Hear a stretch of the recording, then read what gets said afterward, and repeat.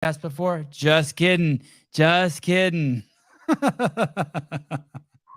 Y'all warmed up. Holy cow, buddy. You've done a lot of podcasts. We're live. We're live. Hey, are we live right now? We are. Whew, I get this. Oh, man. Nervous. Okay. I'm glad you got the memo about the glasses, the black glasses. Thanks. There's never leave home without them. Ladies and gentlemen, you are staring at John Hackleman. I met John Hackleman. I don't know. I don't even know if we met, but the first time I saw him was either 2006 or 2007 at a CrossFit seminar. Maybe it's 2008. I don't know. But there was Greg Glassman would invite people who were out of the space of CrossFit to teach a specialty, kind of like 1 or 2 hour like seminars early in the morning, like at 7 in the morning on a Sunday or Saturday. I can't remember. And one time this dude showed up with some young Brazilian kid named Glover Teixeira. Yeah. And Glover pulled a rower harder than I've ever seen any human being pull the rower. And after a while, I found out that John Hackleman was the famous coach of Chuck Liddell, Glover Teixeira, and many, many others. Court McGee too, right? Yep. Go on. Are you going to throw someone out there? Ramsey Nijam. I started with Tim Kennedy. Started with me. Scott Adams. There's been a few along the way. Even Von Flue with the Von Flue choke. But yeah, there's been some fighters. But what I was doing was the combative thing. You know, remember we had combative, and Glover also did, which they didn't think he could do. They challenged him to do a overhead squat, and they against didn't Nicole. think he could do against Nicole. Yeah, and he did it, and then they said, well, he could never do a muscle up, and he did it first try. Or maybe Glover was a try. freak, right? I mean, he is a freak. Yeah, he is. He was the top. Him and Court McGee. Then when I got Court was equally a freak. I mean, freak. He doesn't look all cut up, but he's doing Court McGee backflips. He's pulling numbers like real concept 2 guys, rowers, numbers like that. Not just a fighter. I mean, he took it to the next level. He runs a crazy mile, and he never gets tired. Like that's Court and Glover never get tired. Let's not pass judgment on our guest, please, Corbin. That is not what we do here. He said this dude rides a Harley for sure. Let's make this a safe space for John Hackleman and not put him into that hurts me. Why would you even say that? That's rude. Hello. And what was crazier? So John comes, I meet him, then he goes away to wherever he goes, San Luis Obispo, where he trains all of these monsters. And at the time, I wasn't a big UFC fan like I am now. And then we go visit him at his training facility. And I think I went with Allison NYC. Do you remember her, the girl with the giant boobs? No. Okay. Good answer. Sorry, I forgot that. And Glover did Grace, which was 135 pounds from ground to overhead. And I think he maybe did it in the what's that called when like you walk into a dentist office or something, in that room that you walk into, like where you wait and sit? What's that called? Lobby. Waiting room. Thank you. Yeah, waiting room, lobby. Thank you, Caleb. You had like a lobby there at CrossFit, right? Or like a front desk. Yes. And you brought out a bar. It didn't even spin. It wasn't even a CrossFit bar, and it had metal weights on it. Like the little ones. And he did 135 pound Grace for time. Do you remember that?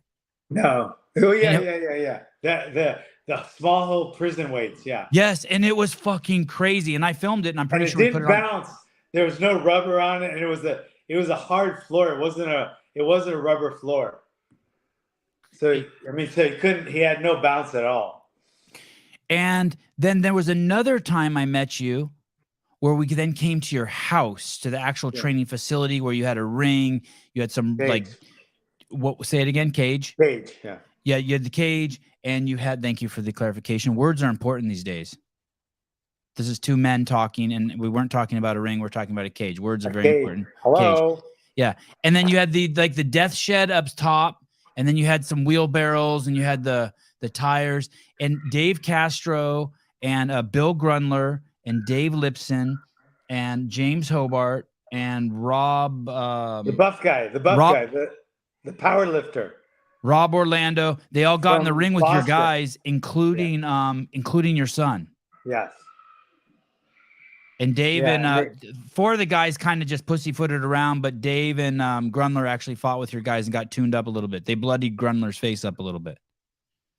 I'm not gonna. I won't admit or deny that, but there might have been some unnecessary violence. But God. Grundler took it like a champ, like he always does. Yeah. With that giant fucking nose of his, he got tuned up. Those noses never last very long because I had one just like his. My nose was like Grundler's. Hey, is that really true? So, is that really true? You see the guys with the giant, like, am I fucked if I go into fighting? You see guys with giant noses. Volkanovski has a fucking schnoz. He might. I've never really noticed, but I started most of my career boxing. So in boxing, you get hit a lot more than you do in MMA. You know, MMA, there's so much more to MMA. There's so many more facets and more, there's more skills to have. And wrestling and grappling is a huge one. So you don't just stand in front of each other and punch each other in the face over and over. So, maybe their noses do last a little longer. Hey, is that you with hair down there? Yeah. No shit. I was like 16, 17 maybe. But what I'm saying is if you have a big nose, does that mean it's going to get broken faster? Is that how, is it just that? I mean, it's logical, but is that just how it is? Period. Yeah, it will. Okay, here we go. He's going to come to your house and kick your ass.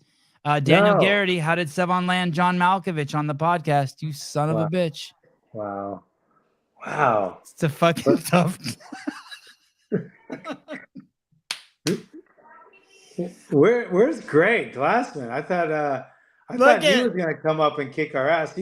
He actually said that is what. That's John if he didn't get in a fight and if he didn't get into martial arts. Wow. Hey, and Caleb's your son down there. Caleb's your son, your long lost son.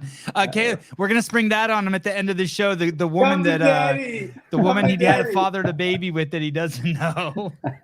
Wow. I'm not even gonna guess who that's with because it'll get me in trouble. But anyway, so that's what we do. Yeah, CrossFit. I got in trouble for CrossFit name once. You know that? Like you used it somewhere and like the lawyers came after you? I use it everywhere. I still do. It's all over we teach it. We have a CrossFit class and some lawyer called me once and said something about I can't use it. I got bullshit. I've been using it since like 2003 or 4.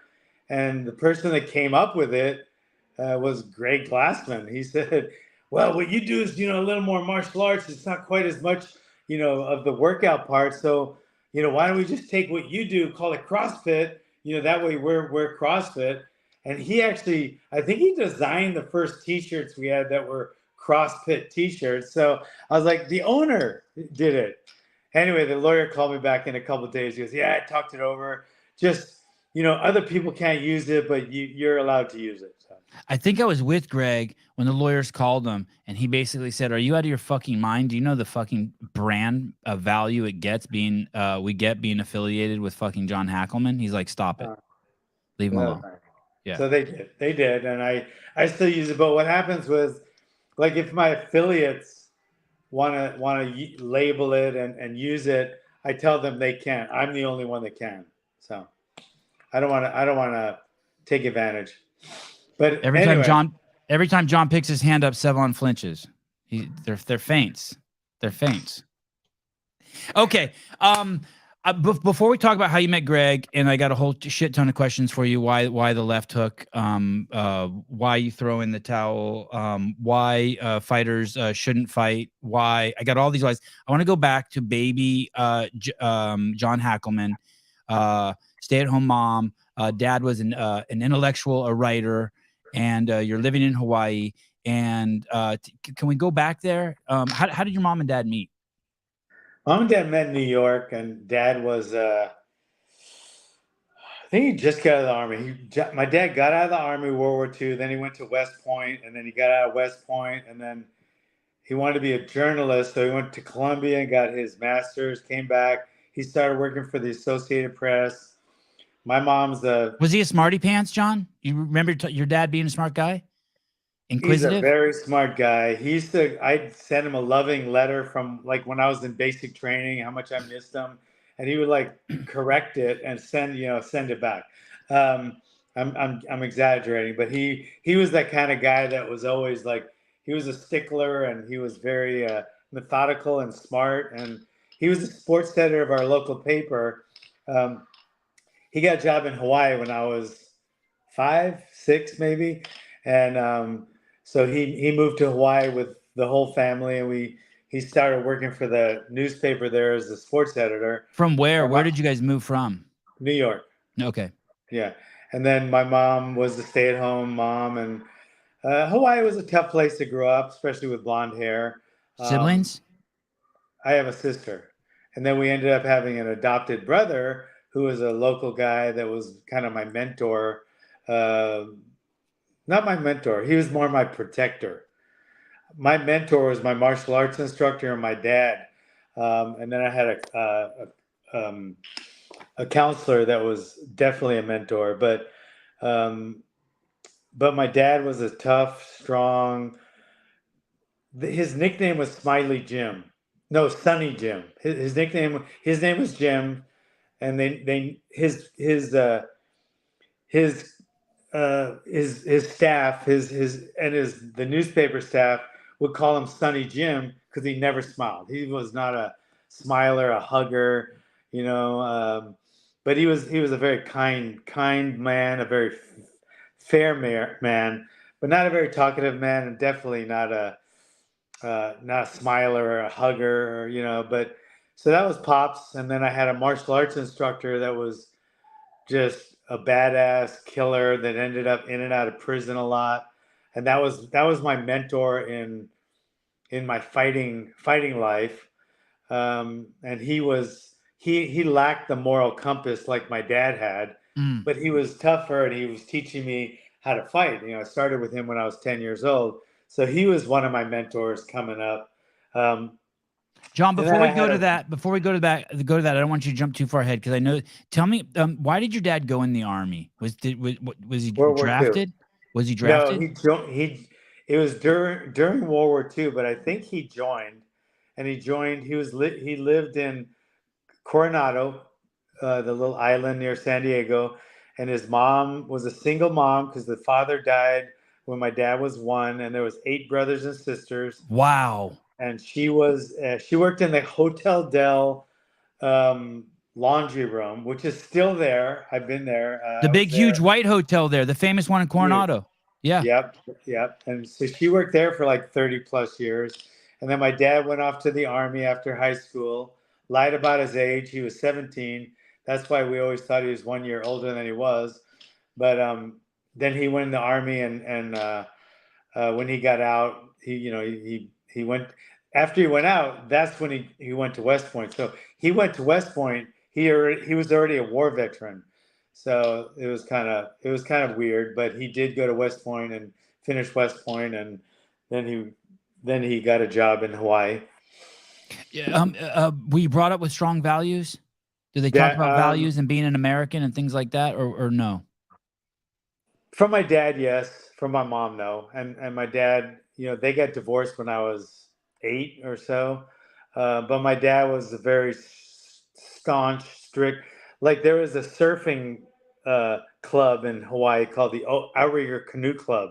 It's actually a canoe club, but it was right on the beach near Diamond Head, and you could put your surfboard there. and you could lock it up. So like for us, we lived in Kamiki, we'd have to hitchhike to the beach with our surfboards, and it's hard to catch a ride to the beach, you know, in with a surfboard.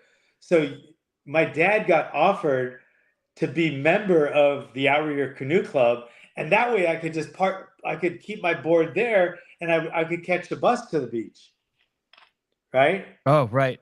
But they didn't allow Asians then.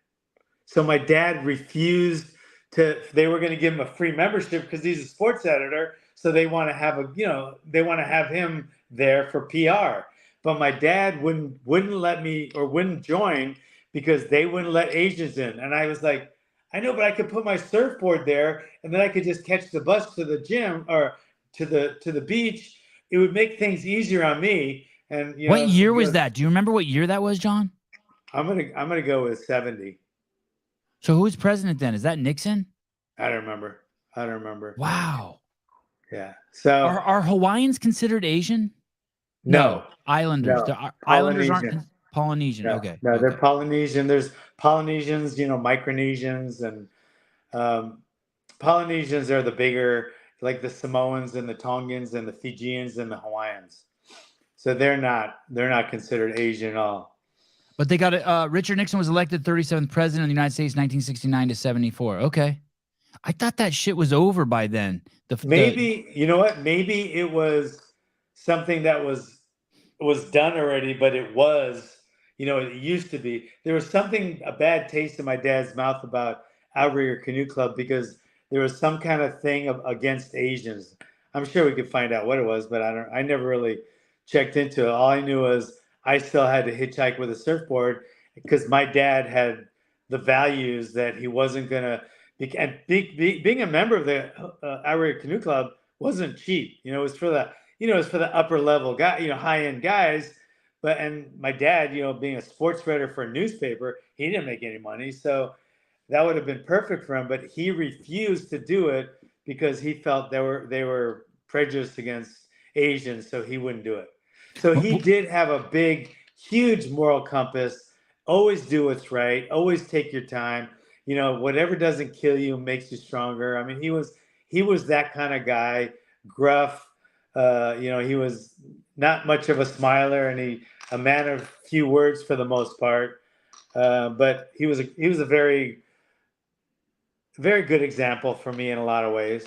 I would win a fight, and he wanted to teach me not to be a braggart or not to be a, whatever. He wanted to keep me down, keep me down a notch and keep my humility. So I'd win a fight and I'd be all proud. I knocked some guy out and I'm in, 16 years old, and this guy was in the Marines, and I'm the Golden Glove champ of the island, or the state, and I'm all happy, so my dad's like, yeah, good job, John. The guy wasn't very good though, let me tell you. Wow.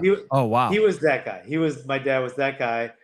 And a lot of people would be like, oh man, he's breaking you down. Why would he do that? And I never once thought my dad didn't think I was great. I knew he was just making sure that I kept my humility and I didn't become big-headed. I always knew that. And it bothered some people, but it never bothered me. And I never once thought, oh, my dad doesn't think I'm good. I knew that's the way he was. Like when I got an A in algebra or physics in college, I didn't go to college till I was like 30 because I had kids at 19 and I couldn't afford it. And I got an A, and you really went to school much in Hawaii. And I was all proud of it. And my dad's response was, yeah, I think I took that class in 8th grade, John. Good job. Oh, so wow. So that was my dad. Okay. But I knew he loved me. And I knew he was proud of me. He just didn't like to express it. Your parents got a divorce at 11 years later, you had your first kid. That is crazy. When your parents got a divorce, did they both stay on the island? Yes. Did you go with your mom or your dad? I stayed with my mom in the house, and my dad moved. He moved like a mile away. He got a little condo, and he ended up getting married again pretty quickly. And we weren't that close. I didn't see him that often, but I always knew where he was. He was right there. I just started doing the martial arts. I spent a lot of time training, and I started that really young. And Why did you start? the Kill Howley Day thing, growing up in elementary school, I always heard about how much they hate the white man. They're going to beat up the Howley. You heard about it, or you experienced it? I think at that time I haven't really experienced it as much, but I did get, like fucking Howley once in a while if you go somewhere. Like we had a shopping center down the street, and sometimes when I park my bike, I'd see a local guy taking my bike, and I, he wasn't trying to steal, he just messing with me, and then I remember one guy smacked me in the head once because I was saying, "Give me back my bike," and he said something about effing Howley, and so I heard about Kill Howley this and Kill Howley Day, and it scared me. And we talk about it a lot in elementary school because usually this started heavy once I got to middle school, and I knew that shit was gonna hit the fan. So I started looking for a martial arts school on my own in the yellow pages, and I found one because I liked the logo. So I called it, and I found out what time the class was. And I jumped on a bus the next day, and I went to class, and I walked into this 500 square foot room with a punching bag and a pad again on the wall that you could punch. And I walked in, and there's a bunch of people training with black uniforms, and I thought, this is my home from now on. This is going to be me from now on. I felt so at home that first day. I never did anything but that again since 1970. Martial arts was it. Weren't the yellow pages awesome? Let your fingers do the walking. Yes, I loved it. I loved even when I'm so old, even when I opened my first gym, I was using the yellow pages. See my boobs. Sevan. Wow, you changed your picture. A different angle on your boobs. That's nice of you. Thank you. You originally don't you wish you had a computer? You'd see the boobs better, John. Originally, she had her boobs turned so that YouTube symbol was blocking a larger portion of her boobs. Sevi just definitely worked out. Look at that grease. I did just work out. I'm pouring sweat. Thank you for noticing. Wow. You got a fan? Holy shit. There's a few people watching. Wow. So John, you go there. Did you see any movies or anything? Were you Bruce Lee fan up to that point, or was it just like, fuck, I don't want to get my ass beat?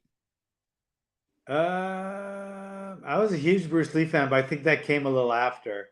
My main impotence was definitely when I hit junior high school. I don't want to get my ass kicked, and I knew I was going to a pretty rough junior high school. My elementary school wasn't really a rough school. It was kind of in a nicer neighborhood, and then right next to it there was kind of a tougher neighborhood, and that's where the junior high school was. So I knew things were going to change, and I asked my mom if we could go back to the mainland, and she used to laugh and say, "Oh, shut up, it's not that bad here." Because as an adult, a working adult, and a female, it was a lot. It was a lot different growing up as a white male in Hawaii than it is growing up as a white female. And I had long blonde hair then too, by the way. Yeah, right. Prove it. Golf Foxtrot Yankee. I went to elementary school in Hawaii, Mokule Elementary in the early 70s. Kill Howley Day was a real thing back then. Yeah. So I was in my 70s. I was in the 70s too. So yeah, it was a real thing. I mean, and martial arts stopped that. Stopped the kill. It stopped it. And I was lucky enough to go to a certain martial art where it wasn't just a Miyagi or a Karate Kid type guy. My guy was like, Cobra Kai guy. He was like in and out of prison, and he was a really, really rough guy. And functional fighting. He was a very functional, like they do all those crazy weapons that martial arts guys do, and most of them aren't functional. They're like I don't have one here. I had it, but and I used to ask him, "Hey, how come we never do those weapons?" He goes, "Shut the fuck up. If you want a weapon, get either a knife, a baseball bat, or a gun. Other than that, we're going to use our fist, okay?" And I'd be a little kid saying, "Why are we doing such and such move?" And he would just tell me, Shut the fuck up and keep training. Yeah, something like that. Hey, John, how old were you when you walked in there? I was 10. How far was it from your house? Man, I'm gonna have to Google that. It was 404 Pecoy, and I lived on Kilauea Avenue, so it was 2 bus rides. Oh shit! You mean a It was bus? You paid the money and then you'd get a transfer and wait for another Yeah. bus? Yeah, I had to go to another bus. I catch the bus right on 18th Ave. Then I catch my second bus on Wailai Ave, and that would get off on Kapulani and Pecoy, and I would walk about, I don't know, a couple hundred yards, and I'd be at 404 Pecoy. Right now, 404 Pecoy, the building has been torn. It was a strip mall. It's been torn down. Now KHON, which is the Channel 2 News, is actually on. It's actually on that same spot. So I took some of my old fighters a few years ago, some of my old students to 404 Pecoy, and I wanted to show them where I started. But this huge, really modern building was there, and I was like, oh shit, it's been torn down. So I walked into the building, and it's KHON News, where my dad did a little bit of. He used to do some broadcasting once in a while when he was on the newspaper. He did a little newscasting for, I don't know, about 6 months. It didn't really work out for him. But I walked in and somebody goes, hey, you're Jim Hackleman's son. And it was kind of weird. Oh, no shit. That's crazy. Yeah. And right across the street from that is Ala Moana Shopping Center. Hey, that's a trip. You would think that's the beach. There's Ala Moana Shopping Center, right? Yeah, that's the parking lot. Is your original coach still alive? No, he died in 2001. In prison? No, he died. He died at home. He got a pardon. That's Hawaii for you. The governor pardoned him, and then he was out for a few years, and then he died. Did you ever want to quit, John, in those early years, the first 5 years between 8 and 13? I know. I was 10 and 15 in the first 5 years. 10 and 15? I never wanted to. Not only did I never want to quit, I never wanted to stop going 6 days a week. There was nothing else I would want to do more than that. I would never, well, I can't come today because of this. I never missed class. I never would. That was my life from that day. You hated holidays. If you heard the place was closed, you were pissed. You're like, dude, just stay open. I think at like 14 or 15, he gave me a key. I would go in and train even when they weren't open. I was fanatical. I knew this was my life. It saved me at school. Like when I started junior high school, I had already been training, and I already had the look that I knew that I wasn't going to be anybody's fucking, victim. I wasn't going to be nobody was going to take my lunch money, and nobody did. And I got pushed a couple times. I don't mean physically, but I got pushed to where I had to either look away. Like a local guy would say, if you look back at a local, they say, what the fuck are you looking at, Howley? Or what? You like beef? Or don't give me stink eye or something. But I always had that look, and they look at me and they say, what? I go, what, bro? And I never back down, because just training there for 2 or 3 years with him. Walter Godin was his name. I just knew nobody physically would ever intimidate me, and definitely not in school. And it didn't. And I'll never get over that. That's been with me, a lot. And that's made that confidence has brought me, through everything from jobs to college to the military. You always have that confidence where you're not scared. You're just not scared of anything, because you're a martial artist. So anyway, that's 50. So you've been practicing 51 years now. 53. Wait, 53. I'm 63. So. Oh, okay. You're right. Yeah. Your math is better than mine. It was a long time. And John, is martial arts your purpose? It's my purpose. It's my life. It's everything. it makes you a better everything from son to father to husband, to employee, employer. But you're a protector also. You're a protector of your ohana, which is family, which means can be your community, and you're also gonna deter anybody from anything that's gonna be hurting any of our people. So I don't know. It's a Ohana is a great Wow. area. Oh, there's one. Look at that picture. Yeah, that's an Ohana right there. I mean, Ohana doesn't have to be blood. So family usually means blood, not always. Relative is, but so family would be Ohana more than a relative, but Ohana, it means family, and that's my family right there. And the Glover's the man right there that connected us.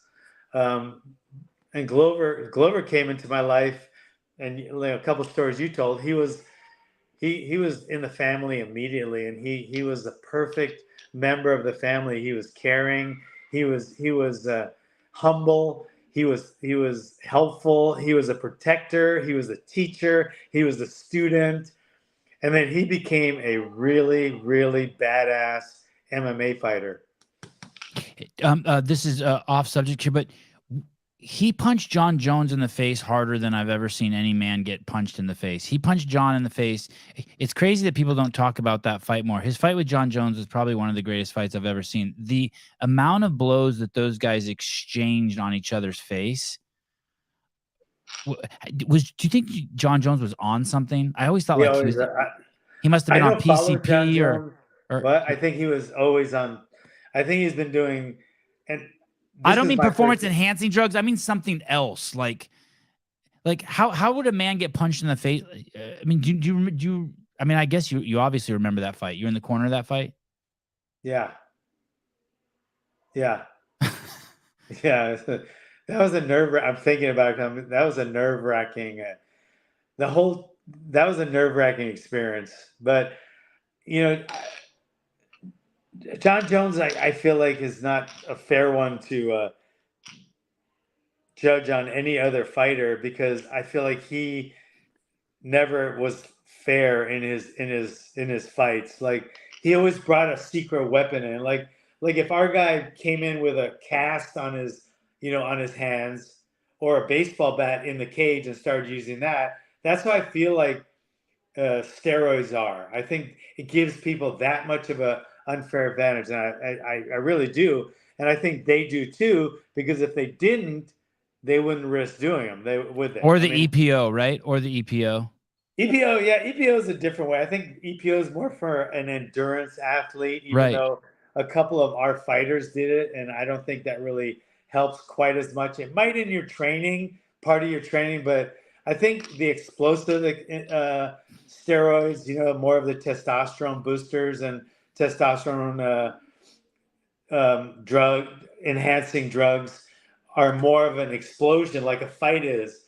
But like EPO would be more, you need oxygen from that hemoglobin, and all of a sudden now you have more hemoglobin to pass out the oxygen, and that's what the EPO does, and that's good for like for the the Grand Prix or whatever the guy did. What's it called with the bikes? Grand Prix. The Tour de France. But how about even for heavyweights? I would think EPO would be fantastic for for championship fights.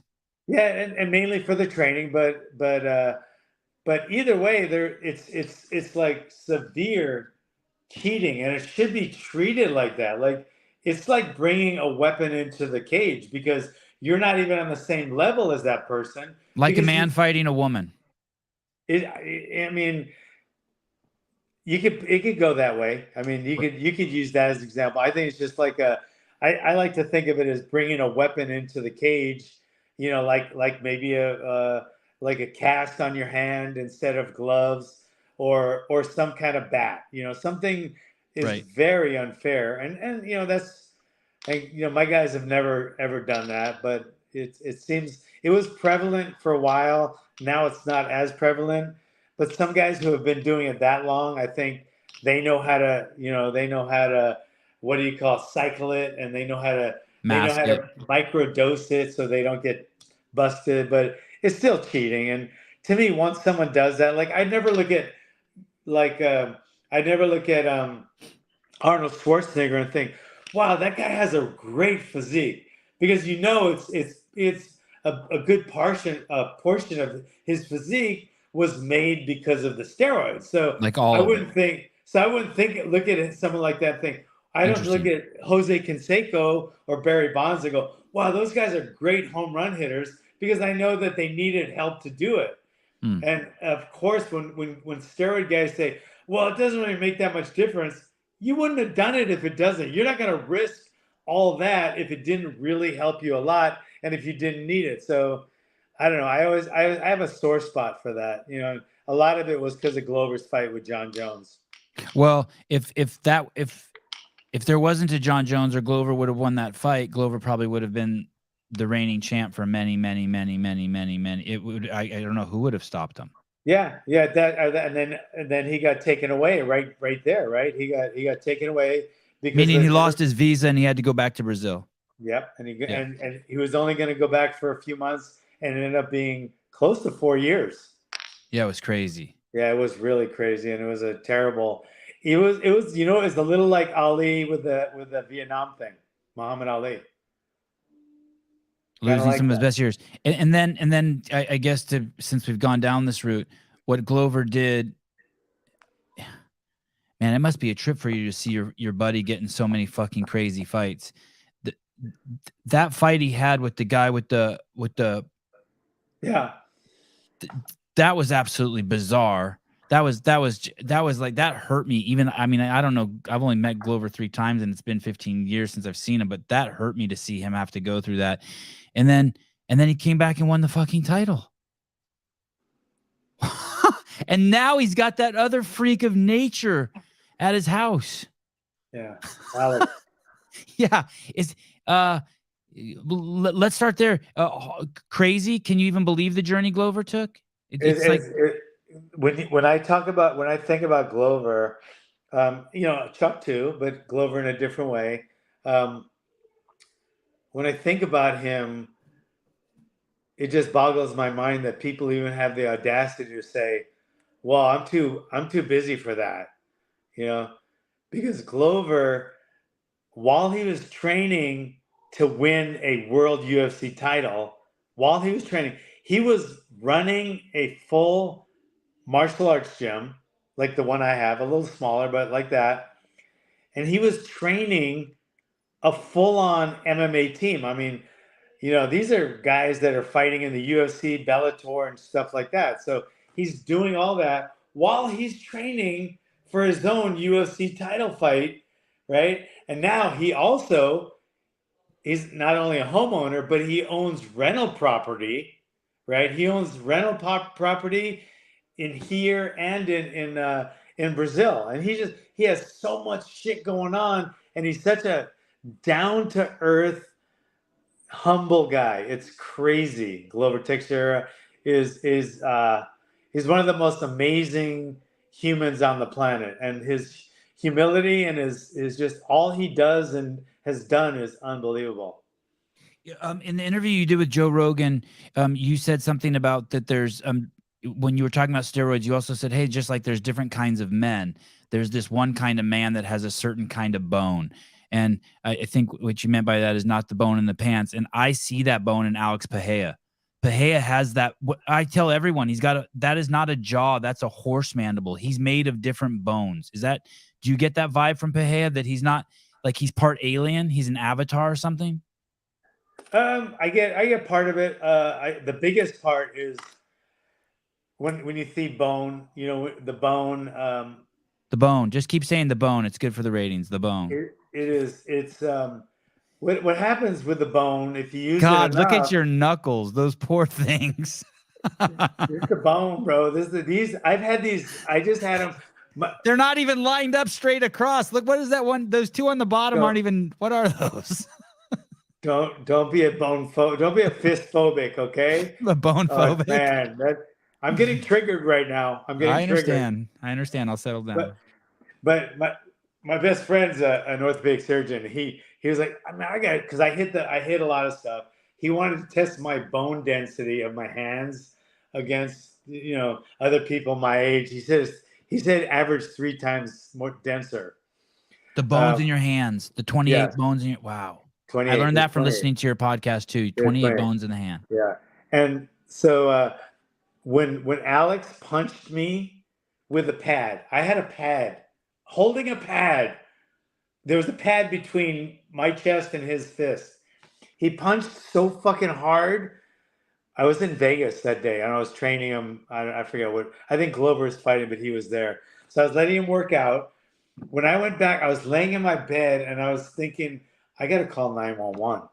I felt like the pain in my fucking sternum. I felt my sternum was cracked and I had some kind of, cardio. Like you were having a Dinar Hamlin, like when you got the injection and you had myocarditis and he pushed you.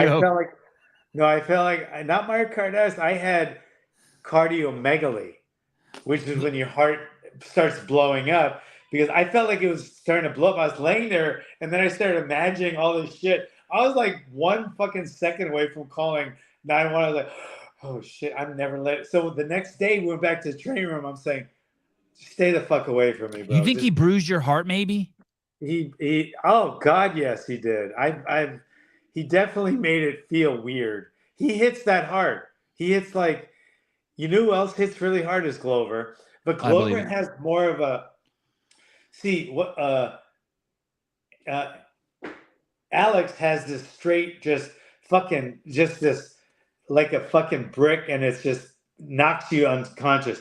Glover is more like Mike Tyson with the looping overhand hooks and shit. He hits like Mike Tyson, and that's who I had him studying when I first got him. When I first got him, within the first week, I watched him train. I go, you're going to fight like a lot like Mike Tyson. So I gave him all this homework to study Mike Tyson videos. Chuck, on the other hand, Chuck had a special timing. It didn't even have to be as strong as he is or powerful. His was all about the timing. He could be backing up like with Vernon White, hit you just right there, and you just knocked out. Like Randy Couture or whatever. His knockouts were just fucking. He had the power and the speed just to knock you out that way. So they're all incredible knockout fighters, but for different reasons. Caleb, you must be so happy. He said the word hemoglobin. We've talked about 28 bones in the hand. He said cardiomegaly, schmegly. He knows a lot. A few times in the Rogan podcast, I had to pause it and look up some medical terms he was using. Man, Joe was so excited to talk to you. Did you see? I've never seen him that excited. That was episode 444. I guess I haven't listened to very many full episodes of his. Usually it's just clips, but man, he was on fire when you were in there. He's a good guy. He just mentioned me a couple weeks ago, and man, I'm so humbled for that. I'm just so happy that I'm he's kind enough to mention me on his podcast. He talked about my training facility and how hard I train the guys, and he's an incredible guy. He reminds me of Tony Robbins a lot. Because wow, that's a great. I didn't see that comparison coming. You know why? Because they're both so they take due diligence, the word due diligence, so seriously. So like when they tell you something, a lot of people say something, go, yeah. But when they tell you something, they've studied it, they've done their due diligence, and they're both smart. I mean, they're both smart as shit. I mean, they're super smart, both of them.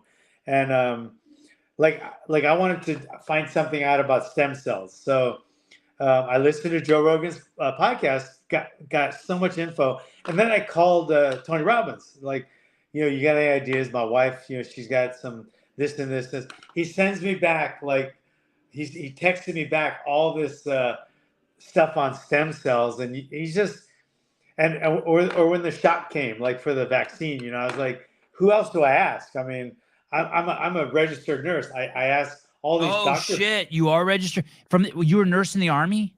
No, I was a nurse when I got out of the Army. Oh, okay. I was an ER nurse. I worked at the prison, But And at the Quackadoodle home, right? You worked in a mental hospital?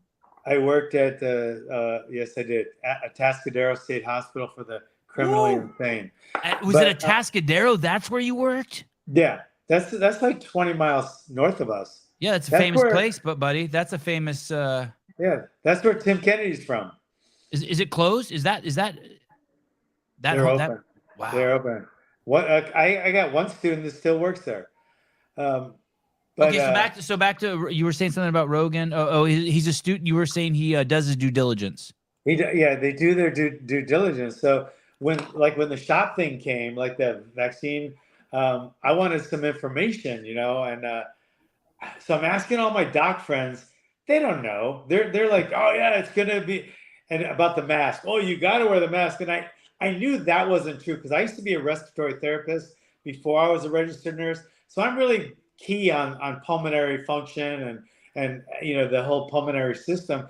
So I knew the mask thing wasn't real. I knew that. I knew, technically I knew that wasn't work. So when I asked these doctors were saying about the mask, and some of my friends are doctors, and they were talking about the mask, like why you should wear it. So I knew they were just doing the propaganda. So I was like, I'm not gonna ask them anymore. So I asked, Tony, and he came up with all the studies and all this, and he is such a fucking sharp guy, and they have the resources to get all help, get the help from all the people, and so it's just having those two guys. Did you get it? Knowing them. What? Did you get it? I had to. How come? Because I couldn't have gone to Glover's title fight if I didn't. In which country? That was in Abu Dhabi. Was it Abu Dhabi? It was in Abu Dhabi. John, couldn't you just been like, shoot that on the floor? Yeah, that needle, shoot that on the floor. Yeah, good. Shoot that on the floor. That would have been. That's what I wanted to do, but I don't know. I would never want to have that kind of. I don't know how that could come out in the press if somebody said, yeah, and he came in, this karate guy, like the gun on the roof thing. You heard about our gun on the roof thing? No. During the BLM riots, and we had guns on the roof. You never heard about that? Oh, in Slow? In Rio Grande, where I live. Oh, that's cool. We're one town south of Slow, but we got turned upside down. We were called white supremacists. They were calling for the shutdown because you didn't want your business burned down. You were white supremacist. Yeah, I wanted to. Yeah, I wanted to protect my business, right. And I was a white supremacist. The week before our BLM riot, which didn't turn into much of a riot, but I didn't know that, the 10th Planet in Long Beach got burned to the ground. Oh God! So not for anything. They weren't trying to steal anything, because people go, oh, what are they trying to steal? A heavy bag? Why'd you have to do that? I go, they don't want to steal. They want to fucking break glass and burn things down. I don't have fucking riot insurance, and I don't know how to fight a riot. I fought MMA guys and kickboxers and boxers and street fighters. I've never fought a riot, so I don't know what to do. So the only thing I could think of was the Koreans during the LA riots. I remember that. I remember they were the only stores that weren't getting broken into. So I had a couple of my guys on the roof with AR-15s. Sorry. And then next thing I know, there's a fucking city council meeting to shut us down, and where there's hashtag boycott the pit, white supremacy, yada yada yada. So you should have painted yourself. You should have painted yourself black. Anyway, that doesn't work. Hey, Mad Marv, rooftop Koreans. Yeah, they were, and nobody called them. Nobody called them racist. Shit, that is gangster. Look at that cigarette in that dude's mouth. Wow. Try ours. Try to do rooftop pit. The pit of Rio Grande, guns on the roof. Did you take pictures of yourself up there? Oh, I know, but a lot of people did, and we were in the news. We were in this. I was trying to keep it low key, but it ended up being very high key. It looks like I see Caleb's digging around. But yeah, it's so it got. I mean, that was kind of a big thing, and having that kind of this guy's teaching martial arts. Wait, you can't fight with your hands. Why do you have to use guns? And just that hey, I bet you Dana didn't get the shot. What? I bet you Dana didn't take the shot. Yeah, I don't think he did. Yeah, But he went places where you were probably supposed to take it. yeah, but and he's also a Dana White. $130 million mega superstar, and he took a private jet everywhere he went, including fucking Abu Dhabi and shit. I wasn't, but no, the thing was, so they said if we can't get in at all, we can't go anywhere if we didn't have other. Yeah. That's awesome, dude.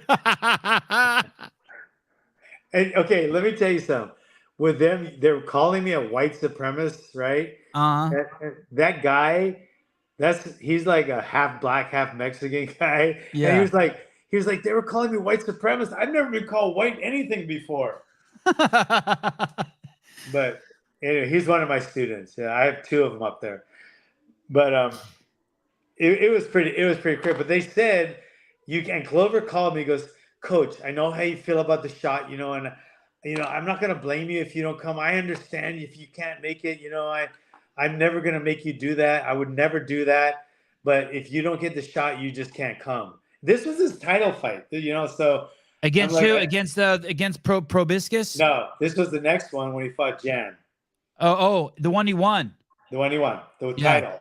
Yeah. So this one he won the title. So everybody's telling me, my wife is she never got it. She wouldn't get it.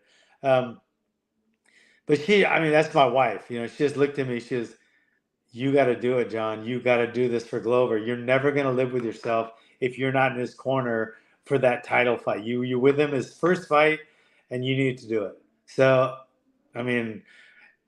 some of my close friends that were on that side were like, you better not get it. You better not get it. I was like, I didn't know what to do. I was lost, So I kept hearing about these fake cards you get. You can get fake cards. We bought those in from a doctor, and the FBI ended up fucking that doctor up. Yeah. So I just figured if it was in America, I'm just kidding. We didn't do that. I'm just kidding. Okay, go ahead. Yes, sir. Go ahead. If it was in America, I probably would have risked it. But being in Abu Dhabi, if they find some false documents while I'm in that country, I just couldn't see that happening. Yeah. So I got the shot. I got the one. I got the Johnson because that was just one shot. And me and one of the other trainers, we both weren't going to get the shot, but we talked and we go, okay, I'll get it. You get it. We got to do this for Glover. Let's get the J&J and we'll do it together because we got to be there for Glover. Fuck it. I'll risk it for Glover. So we both did it, and we ended up so far. I didn't. How long ago did you get it? How long ago did you get it? I'm gonna say like 3 months before that fight. Okay. It was a couple of years. Yeah. Do you remember that? Do you remember that fighter who died in Canada? Sorry, I don't mean to beat a dead horse, but a fighter died in Canada of like liver cancer. He was like 30. He's a UFC fighter. This is last year, or kidney cancer, and they said, hey, it's really rare that someone dies of this cancer. And I looked it up. It's not that it fucking was rare. It was like he was the only dude in North America who died of that cancer. And of course, he's Canadian. Anyway, I'll leave it at that. But anyway, I think you're going to be fine. You're good. Sorry, I don't mean to stress you out. You stressed out about you took it? Am I stressing you out? No, I was stressed out right after I came back because my daughter gave me the hardest time in the world. She would call me like every day. You still alive? You still alive? She would call me like she would text me. You okay? You all right? You breathing? I was like, so. Anyway, that's my daughter. She has a sense of humor. John Hackleman, been around since the birth of MMA. Friends with Greg Glassman, friends with Tony Robbins, friends with Joe Rogan, made a new friend, Alex Pereira. You can't talk to Pereira, right? He speaks only Portuguese. Yeah, he's learning. He's starting to pick up on English. But to be honest, that's Glover's guy, and he travels around a lot. And when I'm in town, we'll hang out, we'll do something. But we're not like, I don't call him or anything. I'm in touch with Glover and one of his trainers, and but I'm not really. And Glover's coming out here actually in a couple. I don't know when he's coming, but we're meeting in Hawaii in November. That's the next time I know. I was gonna do his grappling match last week, but there was all kind of problems with the flight, so we didn't go. Oh, how did he do in that? He won. Yeah, that's his bread and butter, right? I know it's funny in the Rogan fight. No, it's not. Well, you say that, and Rogan said that, but when I picture Glover fighting, you're going to hate what I'm about to say. I picture him as getting in a compromised position, basically charging the guy, taking a few really unnecessary hard shots, and then taking a guy down and submitting him. That's how I think of Glover. Okay, that's Glover's last 6 fights. Okay, fair. So when Glover started, he was known as a knockout puncher. He and his learning, he didn't learn. He, even though he's Brazil, from Brazil, he learned with the striking first. Okay. So he was a striker before he ever did jiu-jitsu. Okay. And you know what? Yeah. I came onto the UFC scene after George St. Pierre. Like George St. Pierre retired and I started watching UFC. So I'm relatively new. Yeah, so that's where Glover's more known as more of a knockout puncher. But then towards the end of his career, after his long stay in Brazil for the immigration thing, when he came back, he was just a step slower, and he wasn't landing the punches as well. So he was starting to get beat with the stand-up. So he adapted. He was always a strong guy with a good takedown.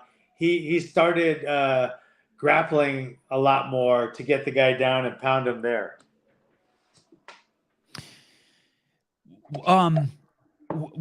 When is fighting I heard Dana White say this the other day, or I don't know if I should say the other day, but it was like 3 years ago, and I try to remind CrossFit. The other day?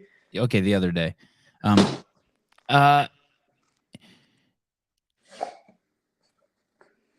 Fighting the UFC is not a job. I don't want to misquote him. It was so beautiful the way he said it. Fighting the UFC is not a job; it's an opportunity. And by that, I think he kind of meant like, hey, man, like this isn't. And I think I've heard you speak about this on the Rogan podcast too. That it's not guaranteed money. Like, hey, like this is a tough road to hoe. But not only for the fighters, but for the trainers. But can you kind of lay out, this is what I picture in my head. There's a fighter. He wants to fight. He finally makes it he's been living in his parents' basement fighting and working a job at Starbucks. He finally makes it to the UFC. He fights 2 fights a year. And I picture him as still being basically broke because he makes, and I'm not complaining about the pay. I'm just saying it's a tough road to hoe. You make $30,000. Never complain about the pay. Love Dana. Love, peace and love. And I hate guys that complain about the pay that are still getting paid. Even better. So you make it to the UFC. You make $30,000 one fight. You make $30,000 the next fight. You pay $10,000 of taxes. That gives you $50,000. 20 of that goes to rent. You have $30,000 left. You give. Where does it end up that you have money to pay your trainer? Like by the time, like how do people do it? How do you do it? How do the coaches stay in business? How do the fighters stay in business? How do people do it? And it's even worse in CrossFit. Like in CrossFit, like at least the UFC is a fucking multi-billion-dollar sport. CrossFit's a multi-million-dollar sport. Well, not even a multi-$10 million sport. This is the part that really fucking irritates the shit out of me. Good, I love it. When people talk about the UFC and they don't pay enough, and we're gonna do I wasn't suggesting that, by the way, at all. I know. Okay. We're gonna do a union and fighters. They don't get paid enough. They're this and this and this.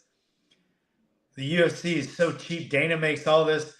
Go to a different organization then. They got Bellator. They got PFL, LFA, fucking Tachi Pal. Go somewhere else. Why are they're only coming at the UFC for more money? Because they have the most money. Why not go to one of the other shows if you think, because the UFC, it's not a sport.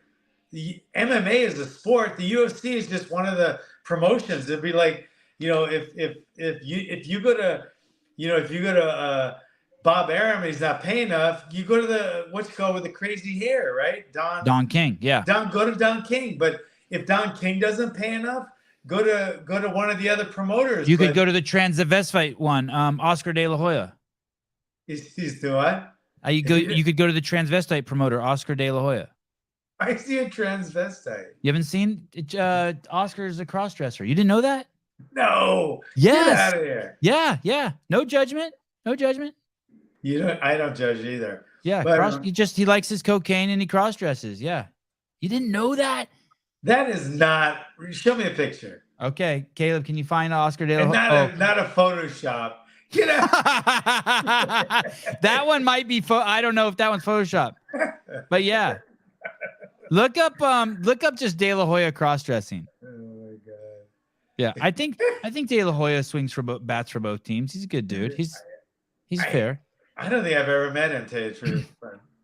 Let's see He here. was a badass fighter in his day, man. Amazing. People forget that because he's taken such a different role now, and he comes at it with from a different angle. But he was a fucking one of the best fighters one of the best boxers of our era. Is that real? Is that real, Caleb? That looks like Antonio Banuelos. He's one of my fighters. Oh, now you learned something new.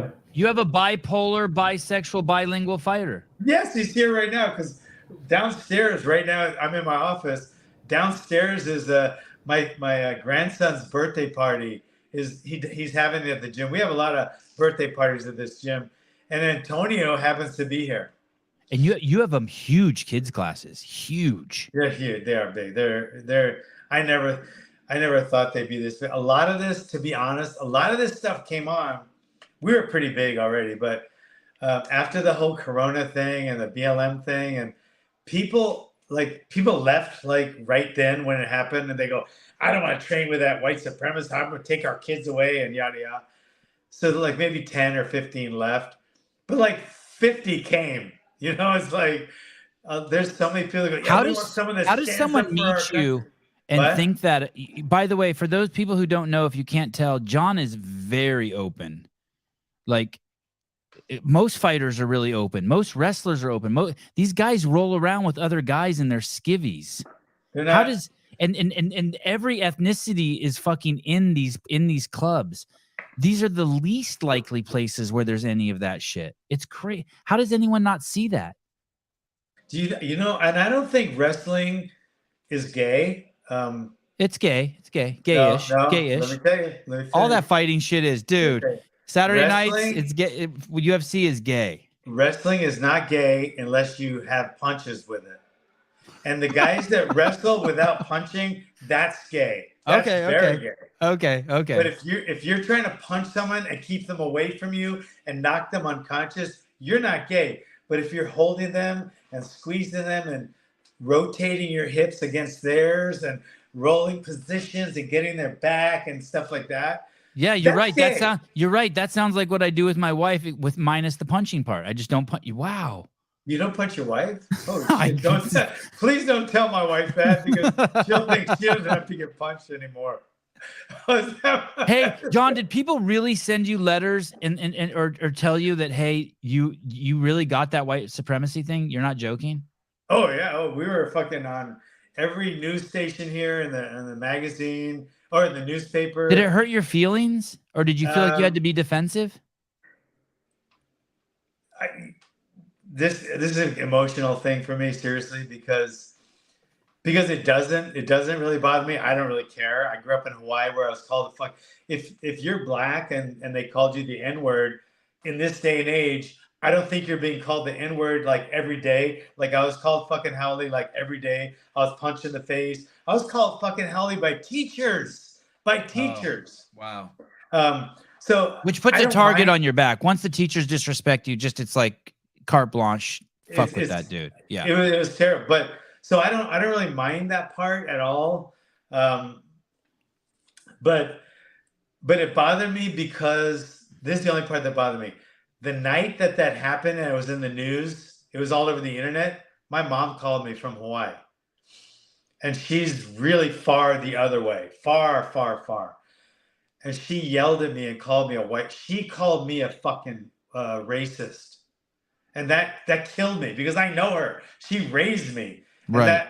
And that really broke me. And I never yelled at my mom in my life except for that night. And my poor wife was like, she's hugging me, and I broke down that night. But that was the only thing. That anyone else calls me a racist, it really doesn't bother me that much. It's irritating, and I know that like the majority of people that call me this are pedophiles anyway. So fuck them. Whoa, sorry. No, Was that no, too I agree much? with you 100%. Hey, just no, they are the ones. You're right. They are, or at least they vote for pedophiles. Hey, but being misunderstood sucks. Yeah, it does. It does. It does. And when you're trying to explain yourself and they're fucking heckling and shit, that it really bothers me. But at the end of the day, you know, I mean, I know I'm not, and my black friends know I'm not, and my local friends know I'm not, and they know, but they know I'm very vocal about different races, you know. And growing up in Hawaii, everybody is race, you know. Hey, the Haole guy, hey, the Japanese guy, hey, the Chinese guy, hey, the Papua guy.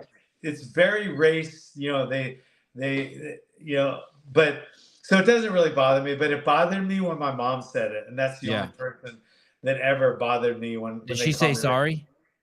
She never said sorry. She died a couple weeks later. No shit. Yeah. Wow. Yeah. So what did she pass from? That's why it hit me hard. Because what did she pass from? She died of not coronavirus, but the flu. Wow. Yeah. Well, everybody was doing the mask and this. You can't go. Your mom's this, but you gotta wear a mask. You gotta get a corona. She ended up having influenza and she died. So, do you know who Nicky Rodriguez is? No. He's a jiu-jitsu guy in Austin. He's a young kid, but he's really popular right now. He's taken on the role of Gordon Ryan's nemesis. Do you know who Gordon Ryan is? Yeah. Okay. So, I know a lot of people are going to think that's weird that I'm asking him if he knows who Nicky or Gordon Ryan is, but after watching John's interview with Joe Rogan, John knows a lot of stuff, but like names and shit aren't his strong suit. They're not my strong suit either.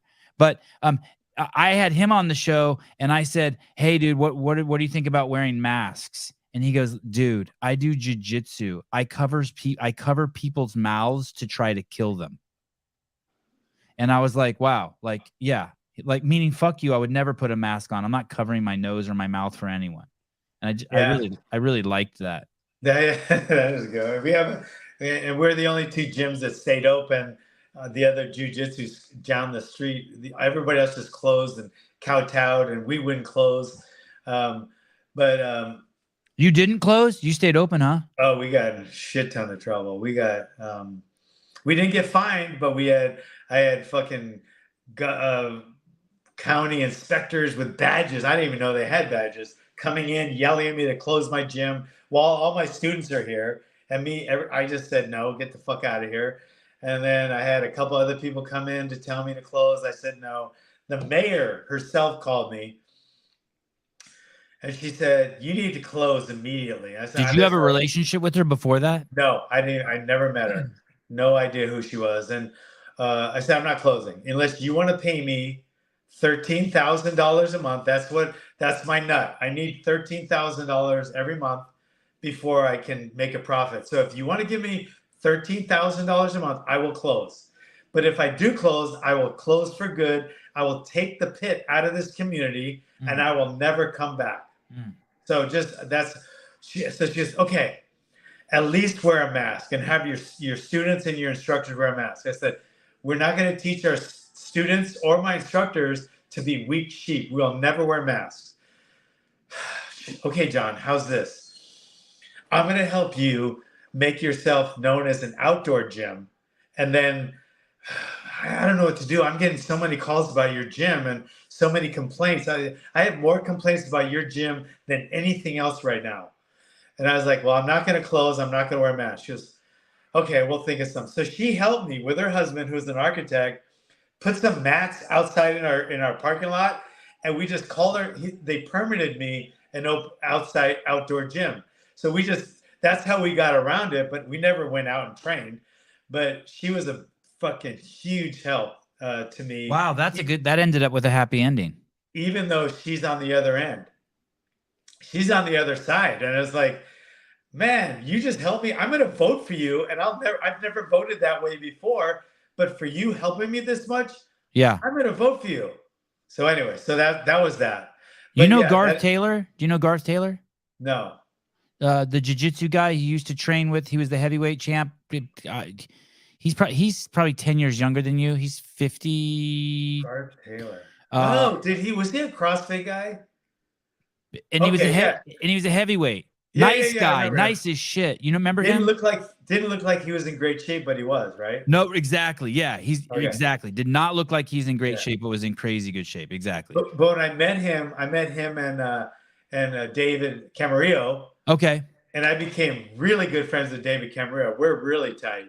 But the other guy, I don't even think I ever met him, but he was right down the street from the headquarters CrossFit, right? Right. Yeah.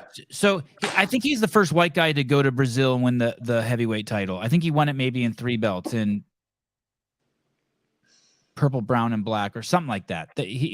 And great guy though. There's a Santa Cruz. Yeah. He saved someone's life. A car drove off the pier. He dove in the water and saved the people in the car. And he's just a great dude. But my kids went there and exact same thing happened. They tried to shut him down. He said no. He never made any of the kids there wear masks, and they eventually set up a outdoor facility that was never used. Yeah. It's like the mayor who's on the other side is a funny story. I was going back and forth with someone online. I think it was Facebook. I'm not sure, but they were dogging me about being a racist and this, and I was talking about them being pedophiles and child molesters and shit like that. I don't know. I always go straight there too. Well, it's fun. Okay, it's fun for me. Yeah, it's fun. Yeah. So I get a text, and it's a video of it's Shut the Fuck Up Friday, and it's like a song, Shut the Fuck, and it would happen to be on a Friday where I was doing this. It was from her, the mayor, and she wrote, "John, I'm shut the fuck up." So she called me later. She goes, "Stop doing this on the social media. You're making it really hard for me to keep you open. Just shut the fuck up." So that we have that relationship now. It's pretty. That's fun. Awesome. It's really awesome. She cracked the code on you. She figured out your language. Yeah, she cracked. She's funny as shit. So anyway, that's my relationship with her. You're 15 years old. You have the key to the place. You're addicted. When do you think that? How old are you when you think that you can start teaching and you start considering actually fighting? Well, I was already fighting at 15, and I never thought of it for money. Never. I always just thought of it as, I didn't even like it. I hated fighting. I hated fighting in the ring. I hate working corners. People know I can't wait to retire, and that's why I retired right after Glover's fight. I get really nervous. I hated fighting, but that's all I did. So that's what it's just kind of. What do you mean you were already fighting? Where were you fighting? In the streets, backyards? When I started fighting, I was fighting at school. I was fighting at the gym. I was fighting in tournaments. Then all of a sudden, Golden Gloves. I was fighting in the Golden Gloves. In Hawaii. And then all of a sudden the first MMA came, which it wasn't called MMA. It was called Anything Goes Fights, or the World Series of Martial Arts came to Hawaii when I was 16. And that was an Anything Goes martial arts match. And I entered. I lied about my age, and I said I was 18, and I fought. I was 16. So I always did some kind of fighting, but I never thought of it as a moneymaker or me teaching. And then I started having kids. Then I joined the Army. And then I boxed for the Army boxing team. And when I got out of the Army, I was like, first place I went was to check out the closest boxing gym to where I was moving. And I said, I'm going to start fighting. If I get a fight, apartment, and a job within, a month, I'm going to stay here in California. If not, I'm going back to Hawaii. I already got a job offer to be a cop. So when I got out of the Army, this is when you. Sorry, I was looking some over here. When you got out of the Army, this is when what I got the Army. Okay. I was either you were in the Army for 4 years? No, I was in for 3. Okay. Did you get kicked out? No. Oh. No. I got a complete. I get my American Legion. I got an honorable discharge. Were you injured in combat? No. Oh. No, I'm American Legion. American Legion is like, it's a group of people that we do, barbecues and stuff, but you have to have an honorable discharge before you join. But so no, I didn't. But when I got out, I was gonna either go to Hawaii and be a cop. Probably wouldn't ever fight over there, or I was gonna go to LA and see if I could try to make something of this fighting career. but I had to have a job because I already had 2 kids. So same woman? yeah, all three were from the same. But so all of a sudden, where I lived, Venice, was right next to Santa Monica, where Muhammad Ali had his gym. So the Muhammad Ali boxing gym, I walked in, I started training there. Next thing I know, I got a fight lined up, and I got a job at the Pritikin. You remember the Pritikin diet? Yes. Yes. I got a job there, cooking. Wow. So I did that for a while, and then it went from there. Then I kept fighting for a while. I went to college, became a registered nurse, yada yada yada.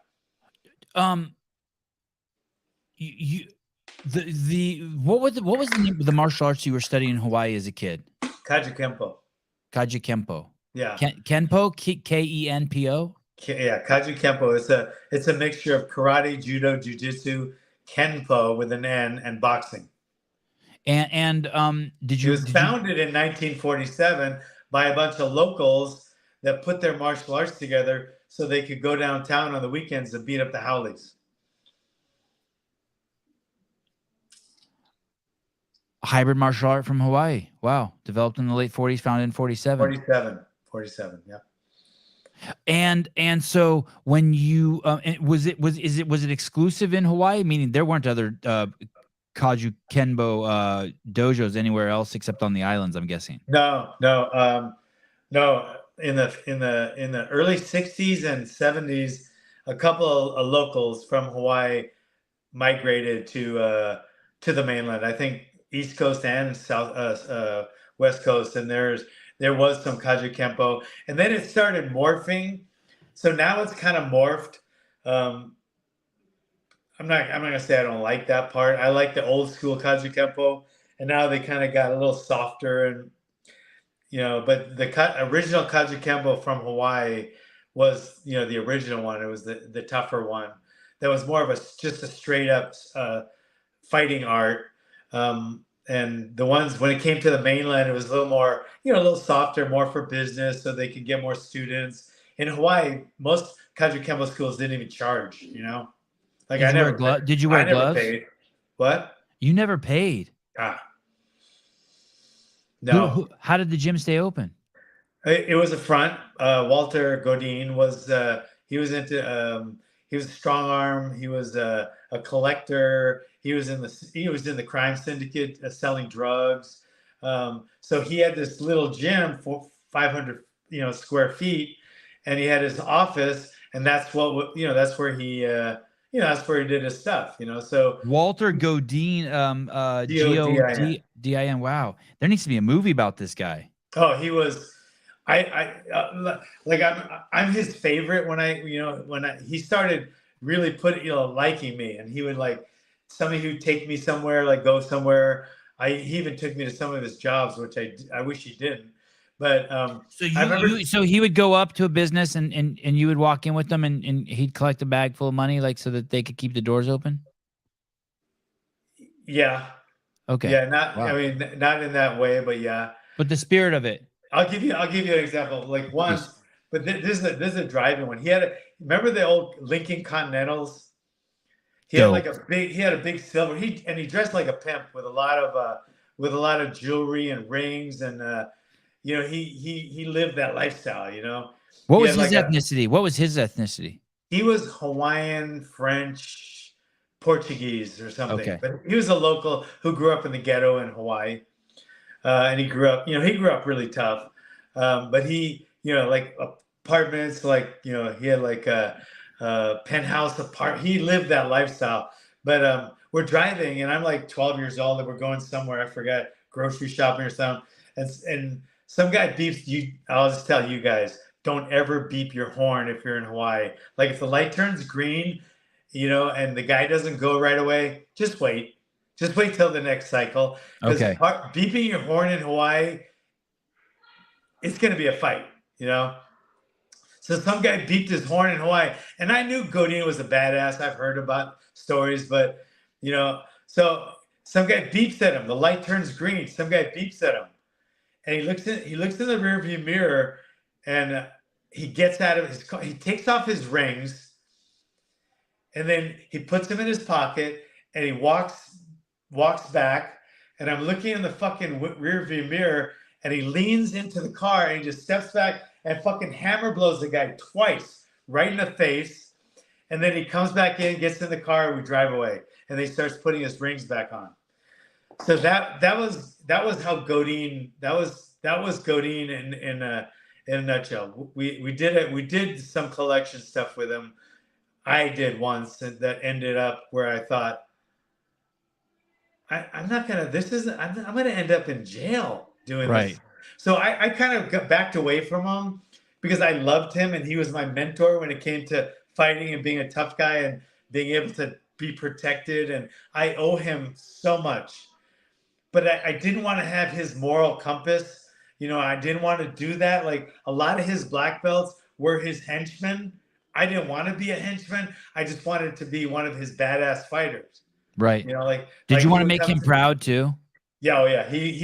He loved the pit, and when I didn't take his name as my gym, he said, I love this pit. I love what you've done. I endorse it 100%. And he came out, he met Chuck, and he met, you know, some of my fighters, and he promoted Chuck to black belt with me. So he was still alive then. And then he started getting sick. He had CHF, congestive heart failure. And my dog has that. My dog has that. Oh, dogs get that a lot. Mine has it too. And my other dog just died of it. I'm sorry. Mine's a little, so let's take a pause here before we talk about the black belt. So my dog's been coughing like crazy. Yeah. Because and every time tell me what's happening. What's going on? Well, when you have CHF, you know, your heart just, it just gets weak, and things back up when your heart gets weak, you know. Like you start getting the blood doesn't come back up anymore. So you start getting swollen. Humans get swollen, you know, edema in their pedal edema in their feet and their ankles. And it starts backing up into their heart too. And they get fluid in their lungs, pulmonary edema. So it's like edema of their feet, but it's in their lungs because their muscle just isn't strong enough anymore. Because you got CHF, you know, and dogs get it a lot too. And it's stressing me out. He coughs. Oh God! He wakes me up 10 times a night coughing, and every time he coughs, I put my hand over. Like when he's done, I have to put my hand on him to make sure he's still alive. I'm like, there's no way something survived that cough, but he's still alive. It's great. My boxer had it, and that boxer Morgan was my everything. Everybody knew Morgan. Morgan was my everything, and when he started dying.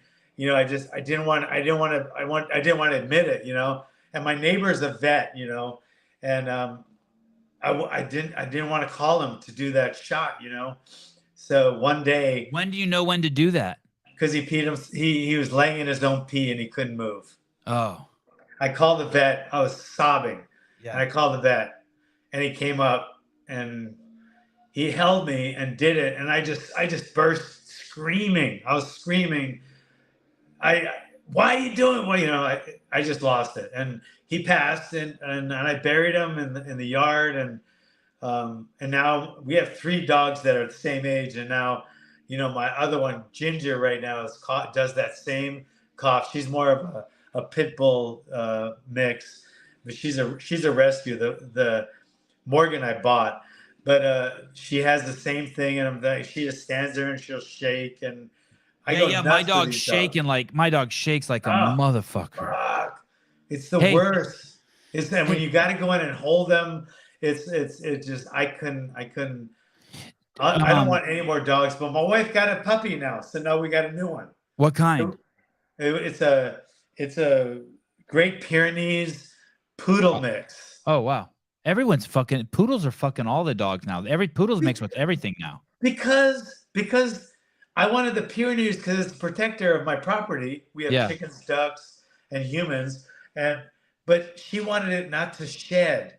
Yeah. So that's why they mix it with the poodle so it doesn't shed. Oh. So any mixture you have and you mix it with poodle, you think it's not fucking dog sheds anyway. Hey, if you're gonna be reincarnated as a dog right now, you want to come back as a male poodle. You just are banging all the breeds. Yeah, you're getting it. Hey, so I know I want to get back to the Chuck, but one more thing about the dog. So when you put your dog down, I know I was terrified the first time I put a dog down, but I was so happy I was there because I got this closure that I didn't expect. Do you know what I mean by that? Like I would have felt like I could not have like just like what if I would have just like walked away, been like put him down and walked away. I just couldn't do it. So I held him. I said some weird shit to my dog. Oh God, yes. I said some weird shit to my poor vet. I called him every name in the book. I yelled at him to his face, calling him every fucking name in the book. I don't want you to kill it. But he already given the one shot. Now he had to give the second one. You know, you already have to. And after the first one, I was like changing my mind, even though I knew poor Morgan can't even walk. He's peeing and shitting on himself. Yeah. And the poor vet is like, John, I got to. And he did it. And I'm screaming at him. And me and Troy are really good friends. In fact, sometimes when I go out of town, he fucks my wife. But that's a whole different topic. Hey, is that true? No, is that true? Funny. Is that true? I'm going to tell you something now that I was so scared to tell you, but I remember you telling a story, and I don't know if I'm allowed to say this on the air, but fuck it, here it comes. Is it true that Chuck Liddell came home one day from training and there was a dude fucking his wife or his girlfriend, and he walked in the room and he saw them fucking, and he was so calm and cool, he just said, when you're done, I'll be in the kitchen waiting to eat. Did you tell that story and I heard that? Did I remember that? It could be something like that. Let me just say, Chuck liked to, Chuck. Was I not supposed to say that story? We can just pretend like I didn't say that and keep going. No. Chuck, first it wasn't his wife, it was a girlfriend, but Chuck is one of these guys that he's not jealous at all. You know, like some guys, they go out partying and they go bopping chicks and stuff like that. But then if you, a girl, even look at another guy, they get all pissed off and jealous. Yeah. Chuck wasn't like that. He's like, I'm going to go party. You should too. And then when we get together, you and I will be together. But you can be with whoever you want. I'm going to be with whoever I want. And then let's just do that. He didn't have a jealous bone in his body. But and people thought he was disloyal because he was bopping around on other chicks. But his girls knew that. And he would say, you can do it too. He'd been set free by the truth. A friend of mine told me the truth will set you free. He wasn't a liar. He told the truth. He told the truth, and that was Chuck. But anyway, yeah. But that's not Troy. That's not Troy, my neighbor. God, poor Troy. I tell this joke all the time, and I even say it in front of him. He does not think it's funny. He's a vet, and he's a little more serious than us. Yeah. So when I make up this joke, if we have a get together, the neighbors are there, and I'm always saying how when I go out of town, he's fucking the neighbor and stuff. He's my wife, and he doesn't think it's funny. He just looks at me, he shakes his head, he goes, "It's not even funny." Hey, the next time someone calls you a white supremacist, instead of saying, you're a pedophile, you just defer it to Troy. Be like, well, at least my vet fucks my wife. That's worse than being a white supremacist. just shit on Troy too. Drag Troy in. Poor Troy. He's not even married. He's like, he has horses and he has. Has he ever screamed, "I'm gay"? I did not fuck your wife. I'm gay. I wish he was gay because it would be easier for him. He doesn't have much game, and he's having a hard time. I've even taken him out to our karaoke bar back in the day, trying to hook him up. Like I'll find him a chick and I'll bring her over, and he just like he only wants younger chicks, and when you're my age, you could get a younger chick if you have a lot of money, but we don't really have a lot of money. We have okay money, but we don't have money where you can bop a younger chick. My wife, I don't know if you ever seen her. You can probably see her on a lot of social media. My wife's fucking gorgeous. And if I didn't have something going, I could never have, scored that. But Troy, he shoots for he wants way younger, but he has no game. Like I wanted my wife, but I have game. So I got her. Right. Charisma and game. Probably this is way off topic, but today I was at the beach and there was a lady who was probably over 70 in a bikini, And I just could not fucking believe how attractive she was. She had the thickest fucking gray hair and the fullest titties, John. It was crazy. And she was in the water with her granddaughter. And I was just tripping on her. And I got caught staring at her like so many times. And I couldn't believe how she had like those really full, but they're still wrinkly, nice old, like. Were they real, God. you think? What? Real. They were wrinkly old. Did you get her number? No. I'm married. Oh, you're married? Yeah, I'm married. I still could probably get her number. I could probably talk my wife into this one. But anyway, I noticed my 8-year-old son kept staring at her. And I go, son? So he's 8. He's out in the water surfing. And he goes, hey, God, he's such a chip off the old block. So we get in the car and we're driving home. And I go, hey, I saw you staring at that old lady a lot who was in the water with what I'm guessing is her granddaughter. I go, what were you looking at? And he goes, I just couldn't believe how nice, how good she looked and how active she was out there in the water. Well, you're just sitting on the side, but someone's grandmother's in the water with them, basically dogging me. But it was pretty. So he didn't even mention the boobs. He just turned it against you. Yes. Oh. It was good. Okay. Wow. Godine, how are you? How's your bladder doing? How are you doing? Are you good for time? Yeah. Okay. So Godine gave Chuck his black belt. But what do you teach at your gym? What's the martial arts you teach at the pit? When I moved to California and after I done, and I'm a nurse, I'm living in the suburbs, so I'm still fighting, but I couldn't make it to the gym all the time because I worked the graveyard shift. So I had a little gym built in my backyard, like a 400 square foot gym with punching bags and some weights. My ex-wife wanted a pool, which was like 50 grand. I just wanted a fucking little gym, which cost us like $4 grand. And that gym turned into the pit. The pool, we used it like twice. But anyway. Oh, you did get the pool. You got both. She got the pool. And then about half a year later, I built the gym. So I used to train back there. And then all of a sudden people started hearing about it. What city was this? Woodland Hills? Woodland Hills. Okay. Woodland Hills. That's LA for people who don't know. Yeah. And then I had guys from like the Sagebrush Cantina where I worked part-time as a bouncer. They used to come over and train and we'd practice the stuff. Next thing you know, we got a logo. We're calling it the pit. We got pit jackets. We got pit shirts. So this is a 400 square foot little gym in my backyard, suburb of Woodland Hills, California. And so we're training, we're training back there. And then where are we going? Why am I talking what do you teach? What do you teach? Like, what's your martial art? Where did you end up? Like, what did Chuck get his black belt in? Oh, okay. So I'm teaching, and I'm trying to put everything together, and my guys are training, and we're doing a belt system too. So I want to go Kaji Kempo because I'm proud of Kaji Kempo. I grew up Kaji Kempo. And that's everything again. Once again, that's there's ground, there's stand up, there's It's karate, judo, jiu-jitsu, Kempo, and boxing. Okay. So I wanted that, but they also did some katas, which I didn't like. You know, what's that? That's Taekwondo stuff? Like a form, like you do like all these forms. Yoga. We call that yoga. Kata. They call it kata. Yoga.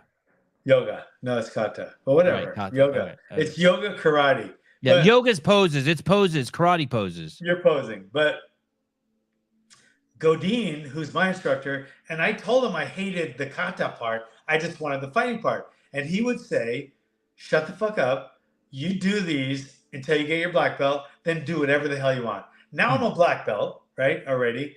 So I'm in Woodland Hills. So I'm not going to do katas anymore. So I can't be true to Kaji Kempo if I don't teach Kaji Kempo. I don't want to call it that. So I came up with a different name. So finally I came up with, well, I'm from Hawaii, and Kempo means law of the fist. So I called it Hawaiian Kempo. So it's called, my system is called Hawaiian Kempo with an M, not an N. But you're a Howley. I'm a Howley. That's a very hard. Howley. In fact, Howley Pride. I'm a Howley Pride. Where's my tattoo? Anyway. Hey, that's kind of crazy. That's pretty hard for a white dude to call it Hawaiian Kenpo. That's pretty hard. That's like, fuck you. What are you going to do? Yeah. So I call it Hawaiian Kempo. And So that's what the art was called. And I took out all the katas and I just throw in, our techniques that I wanted. So I have like each technique, each belt. It's a pretty systemized art, and it works pretty well. I have some pretty good black belts, and like I said, I've been lucky enough where guys like Joe Rogan have talked about my system, and it's a pretty cool system, and I'm just going online with it too, where I'm going to do an online Hawaiian Kempo system. What's that mean? That would be like people that have trained before, but they want to get their black belt in Hawaiian Kempo. So I'll do it with a lot of Zoom watching. They do have to come see me once in a while, but they can stay wherever they are and get a Hawaiian Kempo black belt. When you got your black belt, did you feel like you had earned it? Do you remember your black belt ceremony? Did you have to fight dudes? I didn't. There was no ceremony.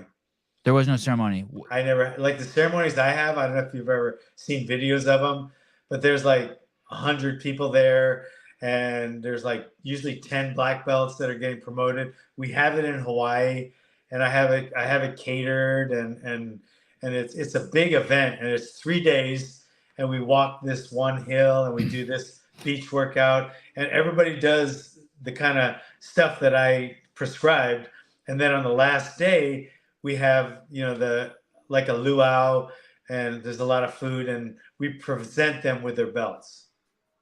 But how about when you got your black belt? Nothing.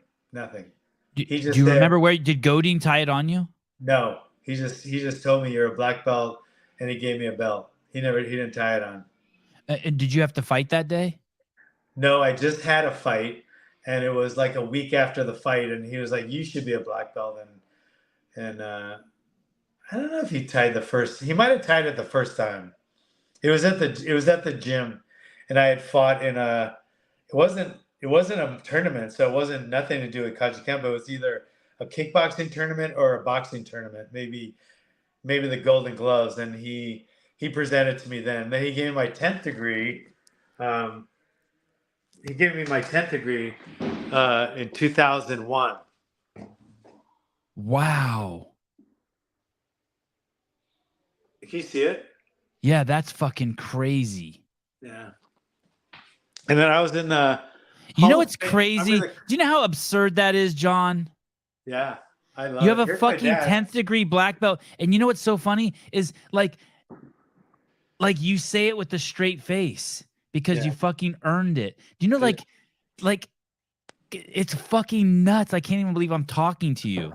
And look at I wanted to have you on when I first started the podcast. I didn't have the balls to have you on. You're fucking. This is crazy. Godin knew he was dying, and I was already climbed up the ranks, and I got Hall of Fame in Kaji Kempo. So, I got promoted. It's the picture's somewhere, I don't know where, but it was such an honor. So basically, I took over his system, and I have a 10th degree black belt. But see, I'm not a black belt in Hawaiian Kempo, 10th degree. I'm under Godin, so I'm still Kaji Kempo. But this is where it gets really crazy. Godin dies, so I'm a black belt in that. But what about my system? You know what I mean? The one I made. Who's going to promote me? Because I'm the highest guy. So this was a surprise, and it was a really cool surprise. We're in Hawaii. I'm promoting some black belts. And then they surprised me after the ceremony. It's Chuck Liddell, Glover Teixeira. Oh, shit. Court McGee. Wow. I think Ramsey Newsham. My black belt, my top black belt, Rick Metzler, who owns the pit in Malibu. There's a pit in Malibu? Oh, he's a fucking badass, too. That's baller. And so I have and then I have Ian Parkinson, who's the sheriff of our county. Right, and we're in Hawaii on the beach.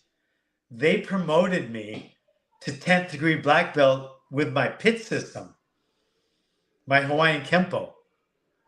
So people say, how can your students promote you? And I say, well, when they're Chuck Liddell, Glover Teixeira, they can promote me as much as they want. So I got my black belt 10th degree from Walter Godin, but then my guys knew that it meant something to me to have a certificate that said 10th degree black belt Hawaiian Kempo. You must have cried like a fucking. Oh God! There must have been water pouring, snot and shit just pouring out of you. These guys, you haven't. These guys, the respect, having the respect of your average person is great, but when you have that kind of respect from people like that, you know, it's mind-boggling. Like when Godin, when he started treating me like I was like his equal, that respect, I couldn't believe it. When I went to school and the biggest, toughest guy in school, and I'm like a 7th grader and he's a 9th grader, and I'm like looking at him like, what the fuck you looking at, bro? That kind of respect. Then he looked away. You know, that kind of respect, the physical respect, and not because they think I'm a punk, I'm going to beat him up as a punk, but because I'm a martial artist and they know that I could maybe beat him up or whatever, you know? So having that respect is huge. And that's caused, by the confidence that martial arts gives you. There's nothing like it. I mean, you walk in a room, there's nothing like walking into a room when you're a martial artist versus when you're not, because even the most educated guys in the world I've had tell me, when I walk in a room, sometimes I look down because I don't feel comfortable if there's somebody in there that wants to beat me up. There's nothing like not having that feeling, I'm going to say 2 dumb things. Bear with me here. You ready? Yeah. I started this podcast, right? And I do it every morning at 7 a.m. in the morning. Every morning. This is one of the few mornings I didn't do it at 7 in the morning because I had you on tonight. And even if I have a night guest, I usually do 1 in the morning. And the show is live. And on my birthday, and I've been doing it almost 2 years or 3 years, I don't know. But on my birthday last year, I think it was my birthday, my wife walked in while I was doing the live show, and she presented me with this, and the people from the audience got together and bought me this sign. And I said it was like getting, never did the martial arts, but I said it was like getting my gray belt as a little kid. I cried for fucking, it was crazy. But John, and your wife put that together? No, someone in the audience did. My wife didn't even put it together. Someone in the audience. What did your wife do? What about your wife? She takes care of the kids and fucks me and is just good to me. But she carried it in. They mailed it to my house. The viewers mailed it to my house. And my wife carried it in during a live show and was like, hey, the viewers, she didn't even tell me. She just surprised me. And you want to know what else was crazy? I never keep Kleenex next to my computer because I don't want anyone to think I jack off here. And that day when I came in to do my show, there was a fucking box of Kleenex sitting here. And I was like, that's really fucking weird. I wonder who was in my office. No one ever comes in my office. And then middle of the show, my wife came in with this sign and I just wept. The second thing I want to tell you is my sons, I have 3 sons, 2 6-year-olds and an 8-year-old. They've been doing martial arts 6 days a week, striking, kicking, jiu-jitsu, 6 days a fucking week now for over 3 years. Where? And, here in Santa Cruz, California. Oh, you're in Santa Cruz? In Santa Cruz, yeah. How old are you? 51. My wife, did you grow up in Santa Cruz? No, I grew up in Berkeley. Oh shit, my wife's 51 and she's from Santa Cruz. Oh, I've now that I remember, I've met your wife before. When I was there, you were married to that lady. Okay. Yeah. I think so. And she's from Santa Cruz. And but people say all the time, Hackleman, when they meet my kids, John, they say, oh, fuck, those kids got swagger. Like they just see it. Oh, look at what a good training partner is. So this is a new kid, right? My son's the one is covering up. You know what I mean? Yeah. He's 8 and that's a 5-year-old. That's him carrying the kid around. Wow. And what gym is that? That's it's a gym in Santa Cruz called Freefall MMA, but the teacher there is just borrowing the room. It's a guy, Nico Belto. Huh. And he trains under Garth Taylor. Okay. And my kids did their first 3 years with Garth Taylor. Yeah, those are my boys. Yeah, doing a little striking there. Who's that? That's their instructor. She's a fighter, McKenna. She trains out of San Francisco. God, I don't even know the name of her gym, but she's a MMA fighter. and she lives in Santa Cruz. So she comes to the house. They train striking and kicking with her, and then she comes to the house 1 hour a week, and they do the stuff. Wow. Fucking A. I know. You know what I need to do? I need to come to badass, bro. I need to come to Slow for 2 weeks and just like take all your kids, just, vacation there, but then just have my kids take the class, every day for 2 weeks. How old is the 2 6-year-olds? Those are the twins. Yeah. Yeah. And then the 8-year-old's a boy too? Yeah. And they're all gray belts. These guys are newly gray, and my 8-year-old's like probably been a gray for a year. In jiu-jitsu. Yeah. A year and a half, Yeah. 2 years. Yeah. Yeah. Because our system it's called Hawaiian Kempo, and it's equal parts of jiu-jitsu, wrestling, striking, and CrossFit or physical conditioning. Do they wear gis? They wear gis. They have belts. It's a belt. It's a full belt system from white to black, and then we have a kids belt system from white to junior black, and then our adult system is from white to black. And if I visited you, would they wear their gis with their regular jiu-jitsu belts? Yeah. Yeah. Okay. Yeah, that would be better. Yeah, we our guys wear their belts. It's a traditional system, but there's no forms, there's no katas. It's all, anything you watch in a UFC match is going to be in our curriculum, except we also have some eye gouging stuff. We have street. Hawaiian Kempo is MMA for the street, and then I have an MMA team, which is where I just teach MMA stuff. Do you have that for kids also? No. Oh. It's funny when you did eye gouging, you reminded me of that's something Tony Blauer would say. I love me some Tony Blauer. Yeah. Yeah. You and Tony are friends, aren't you? We are. Oh, okay. Yeah. I love it. His wife they're he's wild. They're wild. They're wild. She's wild. He's calm. He's wild. They're yin and yang. Yeah, they are. Yeah. I don't see him much, but we have a lot. I mean, we go over the same. I'm kind of a self-defense. I'm online. I'm more of a self-defense guy. But then I'm known for the MMA, UFC, but almost everything I teach is for the street. Whether it's a left hook, which can be used in MMA, but I'm teaching Hawaiian Kempo is for the street, just like Kaja Kempo is for the street. Hawaiian Kempo is for the street. And the object of a Kaja Kempo student, the main goal he has in life is to get home to his family. And by that, he has to stop the threat by whatever means possible. My MMA team, their biggest goal in life is to win a UFC title. Wow. Okay. So they train almost identically. They almost use the identical techniques, but their goals are night and day. Go home safe, alive, take care of your family, win a UFC title. So teaching both is really hard, but it's really, really simple at the same time because it's all about the training is almost identical, but the goal is so different. Do you hold in-house tournaments? Yes. So the kids, you'll all the kids will be in a tournament at your gym. So if you have 30 or 40 kids there, you'll set up a tournament because I'm guessing there's no other people practicing your style.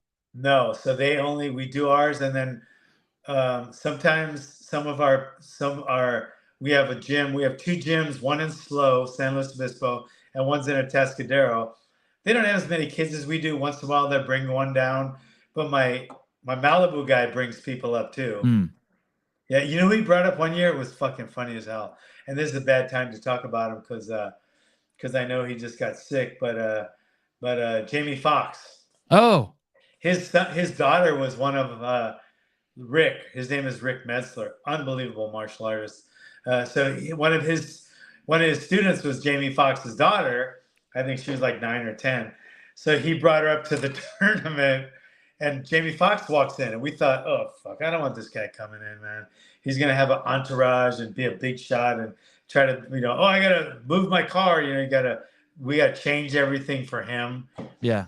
And we weren't gonna, but man, he came in that gym, fucking lit the place up just with his smile, and he walked around to different teachers or the different parents, and he was just talking to everybody like they were his best friends. Yeah. He pulled me aside and told me some fucking hilarious jokes. And he said you were pretty cool for a white supremacist.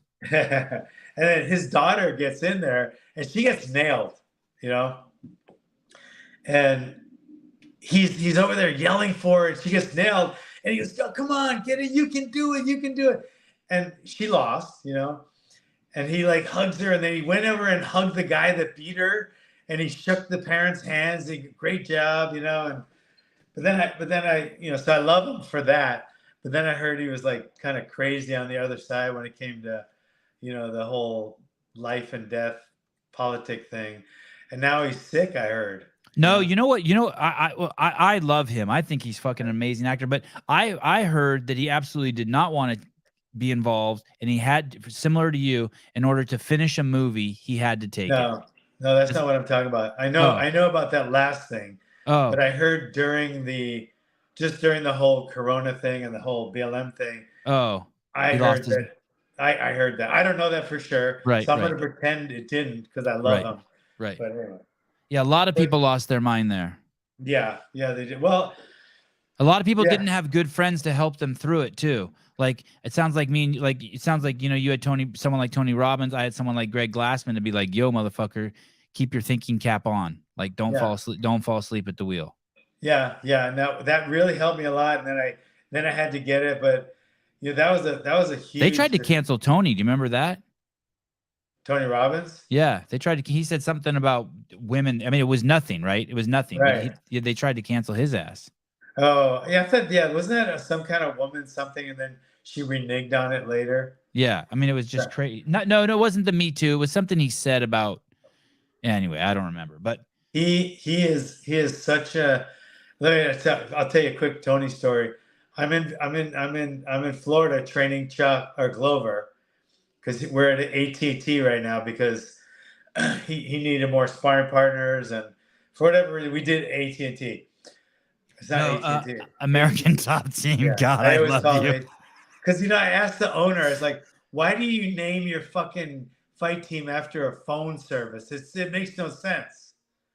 But anyway, so then I get a text, and it's like, "Hey, can you want to grab some coffee?" And it was Tony. I was like, "Hey, bro, I'm in Florida right now." He goes, "I know." You know, he lived in Florida, and so he goes, "I'm about 20 minutes from you." So he gives me his address. So when we're done training, I go over to his house, right? Do you take Glover with you? No. I wanted to talk about a couple of things too. And so I go over there, and his fucking house looks like the Mandalay Bay. So anyway, I go into his house. It's just him there with his assistant, right? And so I walk in, and he brings me in the house, and he sits down. We sit down overlooking the ocean in the backyard. He has an infinity pool, and he puts his hand on my shoulder, and we're like right here talking. He goes, "What's on your mind? What's on your mind?" And I started just spilling my guts about stuff. It was when Chuck was having a hard time. He was finishing his career, but it wasn't going well. And, you know, he was having some problems. I was having some problems with the gym in my life. And I started just opening up all these problems. And it's to Tony Robbins. Like, I don't know how much somebody pays for a private lesson or a private whatever, but $200,000 an hour. Oh shit! So I'm talking to, well, then I would have had to pay $300 because I had him for an hour and a half. An hour and a half, he sat there listening and talking to me like this far from my face, just talking, and you're this and there's this, you should do this, and what about this? And he gave me like this plan for some of the problems I was having in my life, and it made so much sense, and it changed everything because I was going nuts. I'm not a depressed guy or anything, but I was actually feeling fucking depressed all the time. I was not liking my life. And he just sat there, and are you gonna go now? Or are you gonna sit? You sit here. My beautiful wife's walked in. They're from Santa Cruz. She's in Santa Cruz, and he's 51. Oh yeah. Yeah. See if you I recognize was born in Berkeley, though. it. I know. Oh, Hi. Hi. Hi. So I go talk to him. How and long have you guys been married? Give me the long version. We've been together for 11 years. 12, yeah. 12 years. And Married then for 7. 7. She wouldn't marry me for the first. She wouldn't marry me for the first 5. I want to say the last time I was down there, I met her, which was probably about 10 years ago. Then it would have been. Yeah. So it probably would have been. Yeah. So they're in Santa, but he's not from Santa Cruz. No, She's Berkeley. from Santa Cruz. So let me see.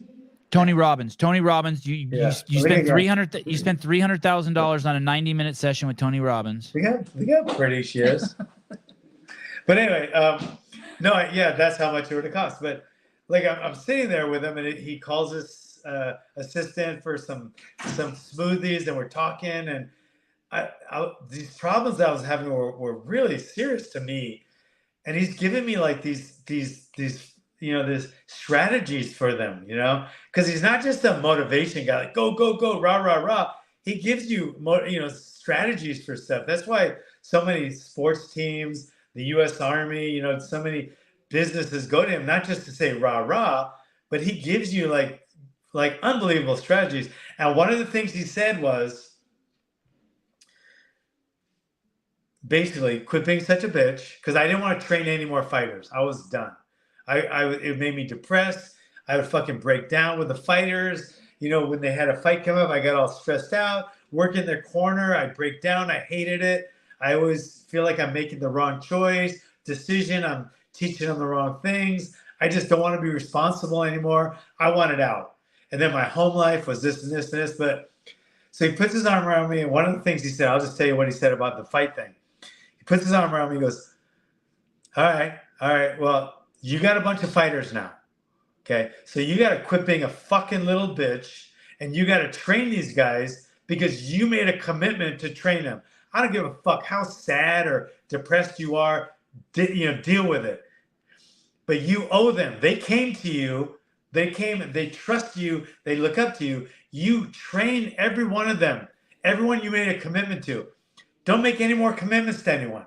And then when the last person you have has their last fight, then and only then can you quit. Other than that, just fucking suck it up and deal with it. And that was one of his ways of dealing.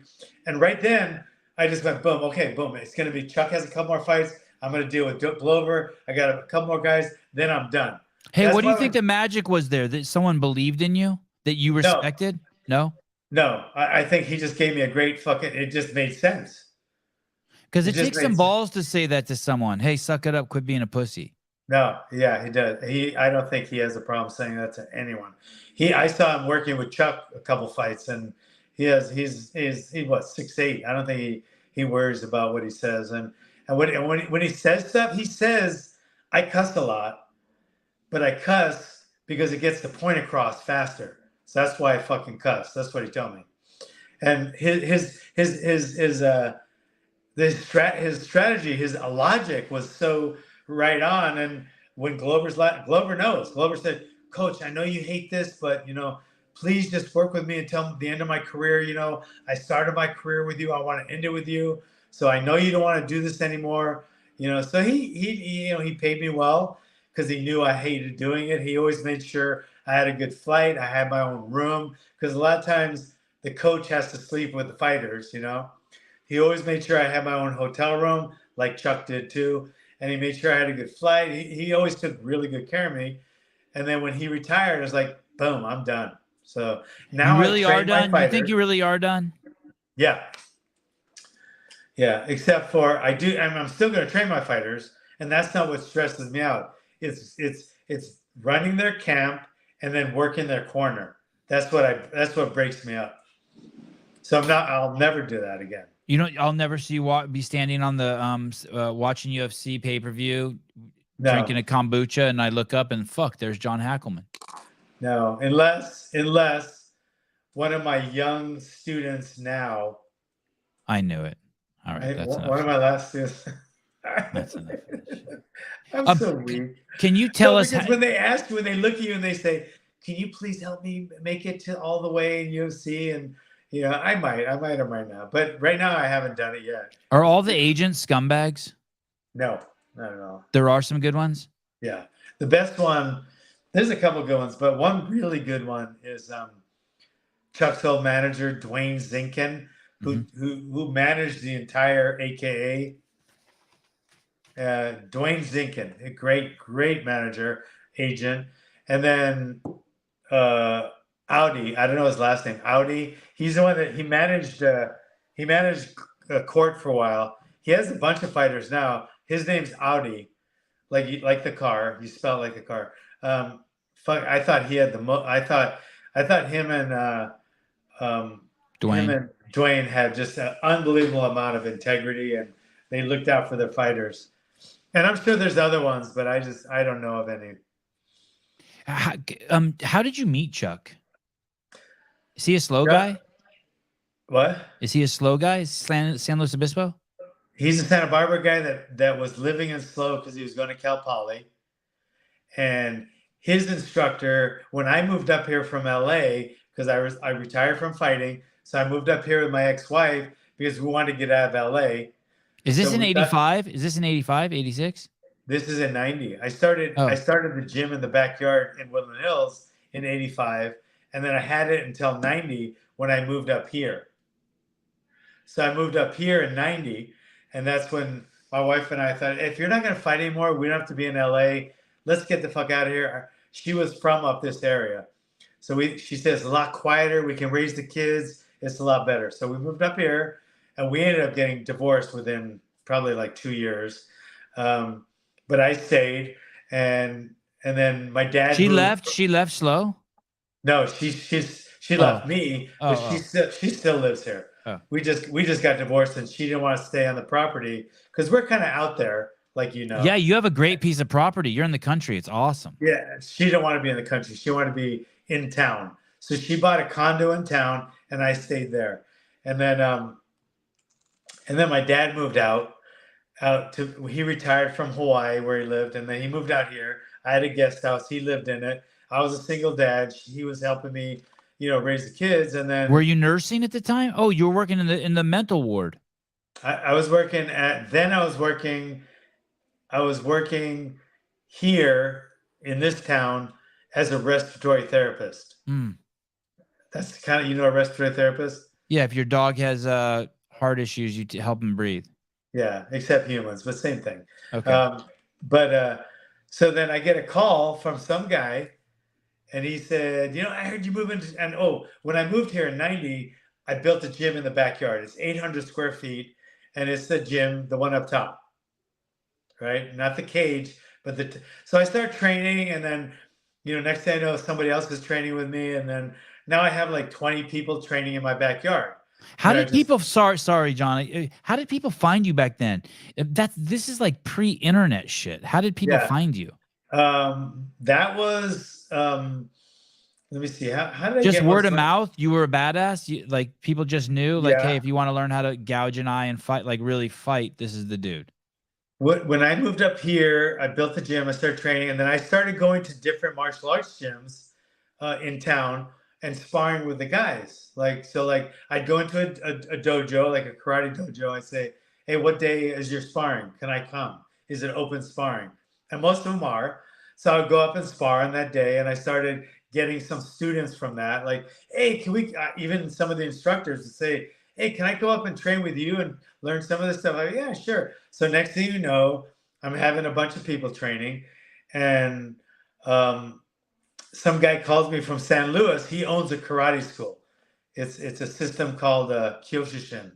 No, it's called I forget, some kind of Japanese name. And he calls me. He goes, I've been hearing about you. You're new in town, and you're going to different gyms and sparring and stuff. And I don't think that's what martial arts is all about. And I don't think what you're doing is good for martial arts. And it's more of a sport. And I said, well, I'm a martial artist. I'm a black belt.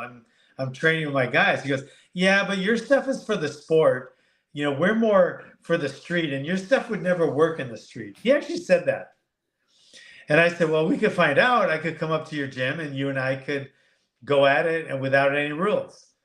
And he said, okay, how about Friday at 7:00? I swear to God, it's in Chuck's book. So I go up there and I go up on the whatever day it was with my dad, and I'm driving up in my black pickup truck. I Are pull you into nervous? just like before a fight. I knew I was going to be in a fight, so I was pretty nervous. I was tense, you know. So I get in there. He's sitting behind the desk. I walk in. It's like a dojo, you know, and I go in. There's a mat with some people on it. So I go, hey, what's up? You Jack Sabbath. His name is Jack Sabbath. Koikan, and the style is called Koikan. So he says, you know, my back's been bugging me. And I said, well, that's no problem. We could do it another day. He goes, no, actually, you could go with one of my students. And it was Chuck. So he points. Holy shit. So he points, and it's Chuck. And I was like, and the first thing I told my dad was like, who has a mohawk these days? So Right. So I said, okay, so I'm going to spar. So I'm not going with you. I'm going with him. And he goes, yeah. I go, same thing. No rules, right? He goes, yep. I go, okay. What year is this? 92, maybe 93, 92, I think. Fuck, I graduated high school in 90. This is what a fucking story. So I go up and then so he introduced me to Chuck. We shake hands, and I was like, all right. So we start going. Next thing I know, I did something that wasn't legal in a sport fight, but he was telling me our stuff is for the street. Your sport is bad for martial arts. So I'm doing some not sport type stuff. I think I was kneeing him low or something, and he's like, hey, whoa, what are you doing? What, you can't knee like that. I said, I thought you said anything goes. This is a street fight. Don't this anything goes, bro. And Chuck was like, yeah, anything goes. Let's go. You know. So me and Chuck are going. Chuck, and I'm realizing right now, that split second, I'm realizing, you know, this guy doesn't know a shit ton, but this guy's tough as fucking nails. Because I'm fucking, you know, I'm world rank right then. I'm fucking in the top 10 in the world, and he's, you know, he's taking it. He's not, you know, he's not winning by any means, but he's. Are you holding back a little bit, by the way? Like, are you afraid that you might accidentally kill someone? No, I wasn't holding back as much as I wasn't trying to knock him out with every punch. I was just trying to, and he wasn't the guy that mouthed off to me. So this is no gloves. Are you in gis? Shit, I don't remember. God, and there were no one filmed that shit with their cell phone. There weren't even cell phones then. Yeah, My God. But we had small. I think we had small like bag gloves on. Okay. But anyway, so we're gonna. Chuck talks about it in his book. I gotta reread that. But anyway, so we're going at it pretty good. But I'm obviously getting the better because I'm a little more technical. I know more stuff. So I'm done. So the guy goes, okay, that's off. That's done. We're done. So I said, okay. I shake Chuck's hand. Were you tuning Chuck up? He didn't like Chuck was got a bloody nose or something. No, I was showing that I knew more. Okay. You know, but Chuck was hanging in every second. You know, I wasn't trying to. So anyway, so Chuck comes in when I'm done. You know, we shake hands, and the guy was just a douchebag. You know, so I walk into the bathroom to change, and Chuck comes in. And he's like, "Hey, can you train me how to really fight?" And I was like, "Yeah, sure. Here's my card." You know, I shake his hand. And I start walking out. We're driving home with my dad. And I'm telling my dad, yeah, the guy gave me his card. He wants to start training tomorrow. He won't show up. He'll never show up. He was there the next morning. And it was funny because the next morning it was raining. And he came up on this little Honda, like 125 motorcycle. That's what Chuck used to drive. And he came up and he trained. And it was pouring rain that day. So I worked out with him. And I said, you know what, bro? Take my truck. You can borrow my truck today because I don't work tonight. Just bring it back tomorrow morning. Because I worked the PM shift, which was like 3 to 11. And we were training at like 10 in the morning. So I was like, you know what? I don't work tonight. Take my car. Just bring it home bring it back in the morning, okay? And you can drive your motorcycle home. He's like, wait a second. You don't even know me? You want me to drive your truck home? I go, bro, it's raining out. I don't want you to get wet. He's like, okay, thanks. And he took my truck, and I saw him the next morning, and he came every day after that until he won the world title. No shit. The world title in the UFC. Yeah, he came every day training, every day we trained, until he won the world title. So basically, this dude, Jack, knew that when you came there, he had this weird, tough student there. Yeah. A guy who was like weird tough, like a 1 in a million kind of like fucking noggin. And then he's like, fuck, one of my students is gonna beat this guy, this fucking old guy up. Yeah. And instead, Probably, instead you took his fucking girlfriend from him. Yeah. So and Chuck started after that and came the rest of the time. And when did you realize you were friends? And did you have a protocol about not becoming too close to people, like your students and friends relationship? Do you have any rules? Like, no. I hope not. I wouldn't be with Heather right now. She was a student also. She was a student, and I wouldn't have had sex with Chuck if that was a rule. Good point. Any kids together? Chuck or you and Chuck? God, you know how ugly that kid would be? Oh my God. Can you imagine? And you wouldn't be able to understand a word it said. Good point. What a crazy story. And so you were there from his amateur fights to like someone calling him from the UFC and saying, get your butt down here, to the whole, and I guess, was he your first fighter in the UFC? Yeah. And the UFC was in its infancy, basically.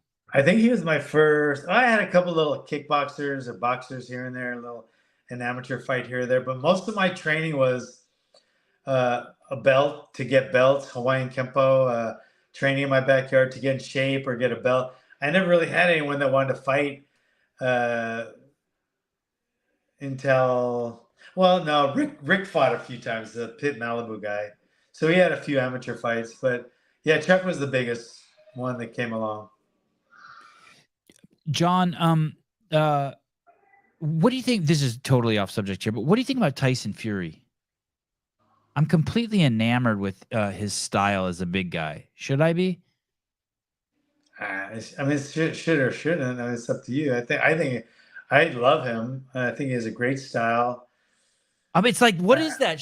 I mean, I'm just a boxing fan. I'm not like an expert by any means, but I've never seen a big guy box like him. I feel like I'm watching something from the 1950s, like some like old black and white footage. Yeah, he's like Tyson, like his namesake, right? Like Tyson, he's not just a fighter. He's a student of the art. And what does that mean? I've heard when people say that. What does that mean? That means like I'm trying to think of the two. I'm trying to compare them. Like Glover. Glover's a great MMA fighter, but I don't think he knows like all the fighters that have come up through the years and their styles and what made them and what broke them. And, he just knows what's coming up now, and he's a great fighter.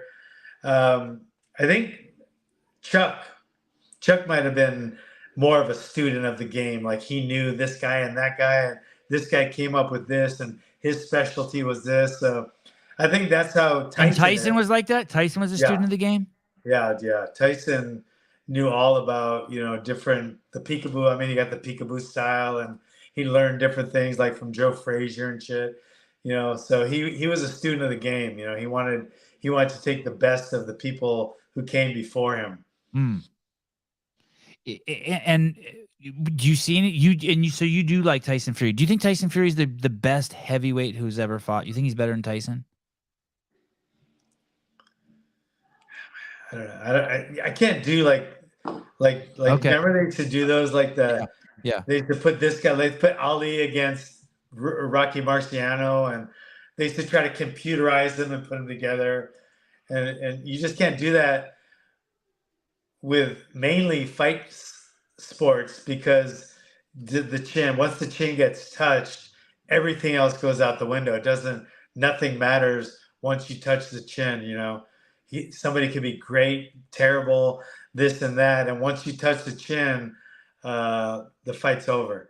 Like the chin, like the X factor is the chin, like the power, because you could grapple someone, finally get their back, then finally latch on to a choke. You can get a choke or an arm bar, this or that. but it takes steps to do it. It takes steps to get someone down. Then you don't get them down. Then you try again. Let me rephrase it. Do you think Fury's as unique as Mike Tyson? Yes, I think he's as unique. Yeah. Yeah, me too. Just in a different way. Yeah. But yeah, I can't even believe. My thing about the chin is once you touch it, I mean, it's just like that. Like everybody wanted to take Chuck down, right? And they took a lot of time, and some great wrestlers, but they have to take him down, always knowing that while they're trying to take him down, if he touches their chin, they're going to sleep. But if they take him down, he'll probably get back up. Now, if they get his back, they might be able to get a choke. But all he has to do at any point is touch their chin, and they're going to sleep. That's how I feel like is with Tyson. It's hard to play that because when he touches someone, they go to sleep. Tyson Fury, as great as he is, he relies more on points and his skill and his length and his conditioning, which is unique for a heavyweight, right? A 6'8" guy who's fucking 300 pounds. This to rely on points, right? That's pretty unique. Yeah. I mean, it's unique, but I mean, I've seen it, But yeah, he's not known to just put you right to sleep. He's known to just beat you up. Let me ask you another question about a fight. Did you see the fight between Volkanovski and Islam Makhachev a few months back? Volkanovski was going for he's the 145-pound champion, and they were kind of fighting for the pound for pound title. Yeah.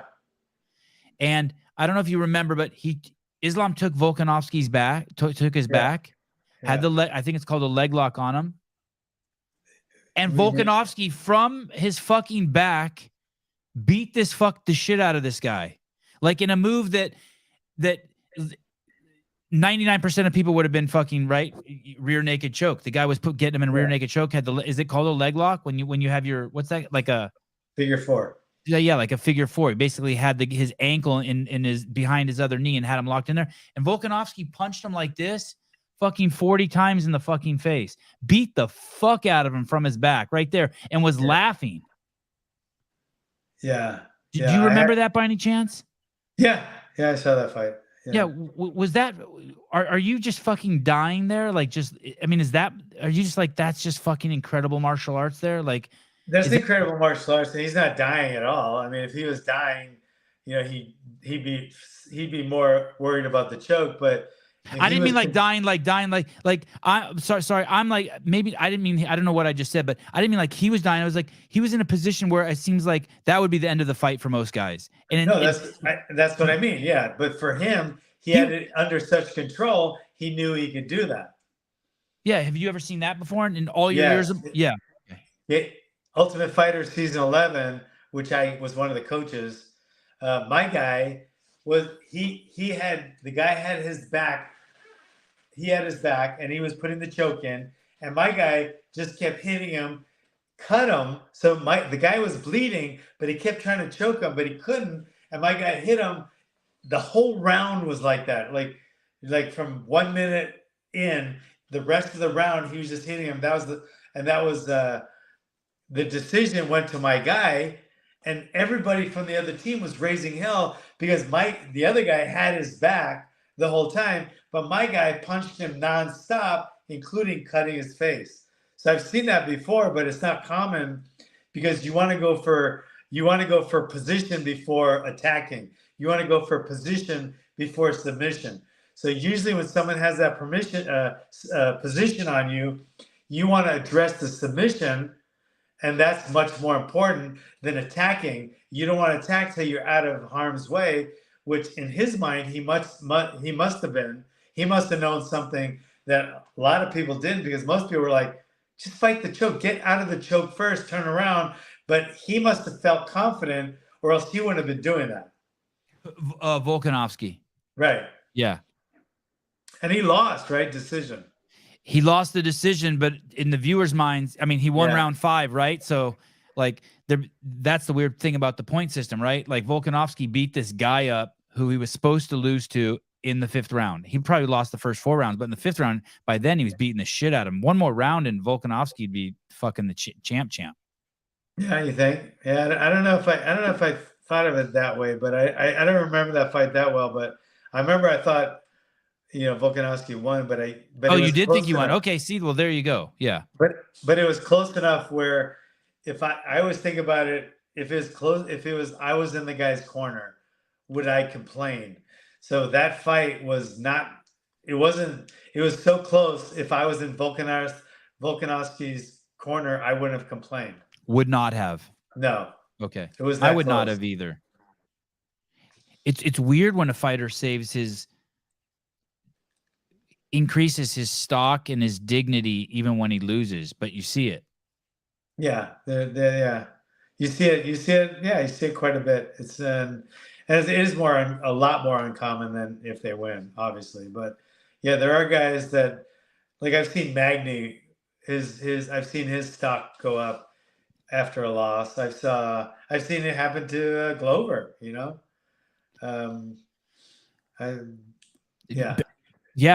I mean that. What was that like when in the 5th round of that fight with the guy with the ponytail, Prochaska, whatever that guy's name, Probiscus? Glover was winning. That was in the bag, wasn't it? He won the fight. And then with 15 seconds left, you hate this. You hate this subject. It was so miserable. He tapped with like 15 seconds left. Yeah, there was like. It was pretty bad. In the 5th round. It was the last round. He had won all 4 rounds on all 4 cards. Yeah, I think he was. Yeah, all 4. I remember it was something crazy. He was dead. He was on his way to and he just got caught that one. But a lot of people were complaining about he made this mistake and that mistake, and so easy to do from the chair on the outside watching the TV. Oh, he shouldn't have got that guillotine. He shouldn't have. He tried for that guillotine, and that's what started the whole thing. But people don't realize this guy was fucking hammering him, and he got tagged. And he was rocked. And he's, Glover's a fucking beast. So he's trying for a guillotine, didn't get it. He ended up on the bottom, and went sour from there. But people don't realize that because they've never been punched in the fucking face. So, and then I was not at all like, you should have done this. Like, just like, fuck, I love you, bro. I love you, But, some guys, oh, you should. I heard, certain people like after the fight, oh, you should have done this, should have done that, should have done this, yada, yada, yada, yada, yada, suck my cock, yada, yada. Right. Do you say cack instead of cock ever? Sometimes. I like to say cock, I like to pronounce cock, C-A-U-L-K, like caulk. Yeah. Like the gym floor in my is coming up a little bit. Can we get some black caulk to adhere it down? Because my tiles are black, right? So I love black caulk. Wow. Yeah. I never thought of that. Yeah. I use it more like cack, like suck my cack. I mean, or she's sucking my cack, or why don't you just? Or he's sucking my cack. Whatever. I'm not judging. This is a non-judgment gym. Don't forget, I have the world's only bisexual, bipolar, bilingual fighter. He fought in the UFC. He fought the #1 guy in the UFC. Who'd he fight?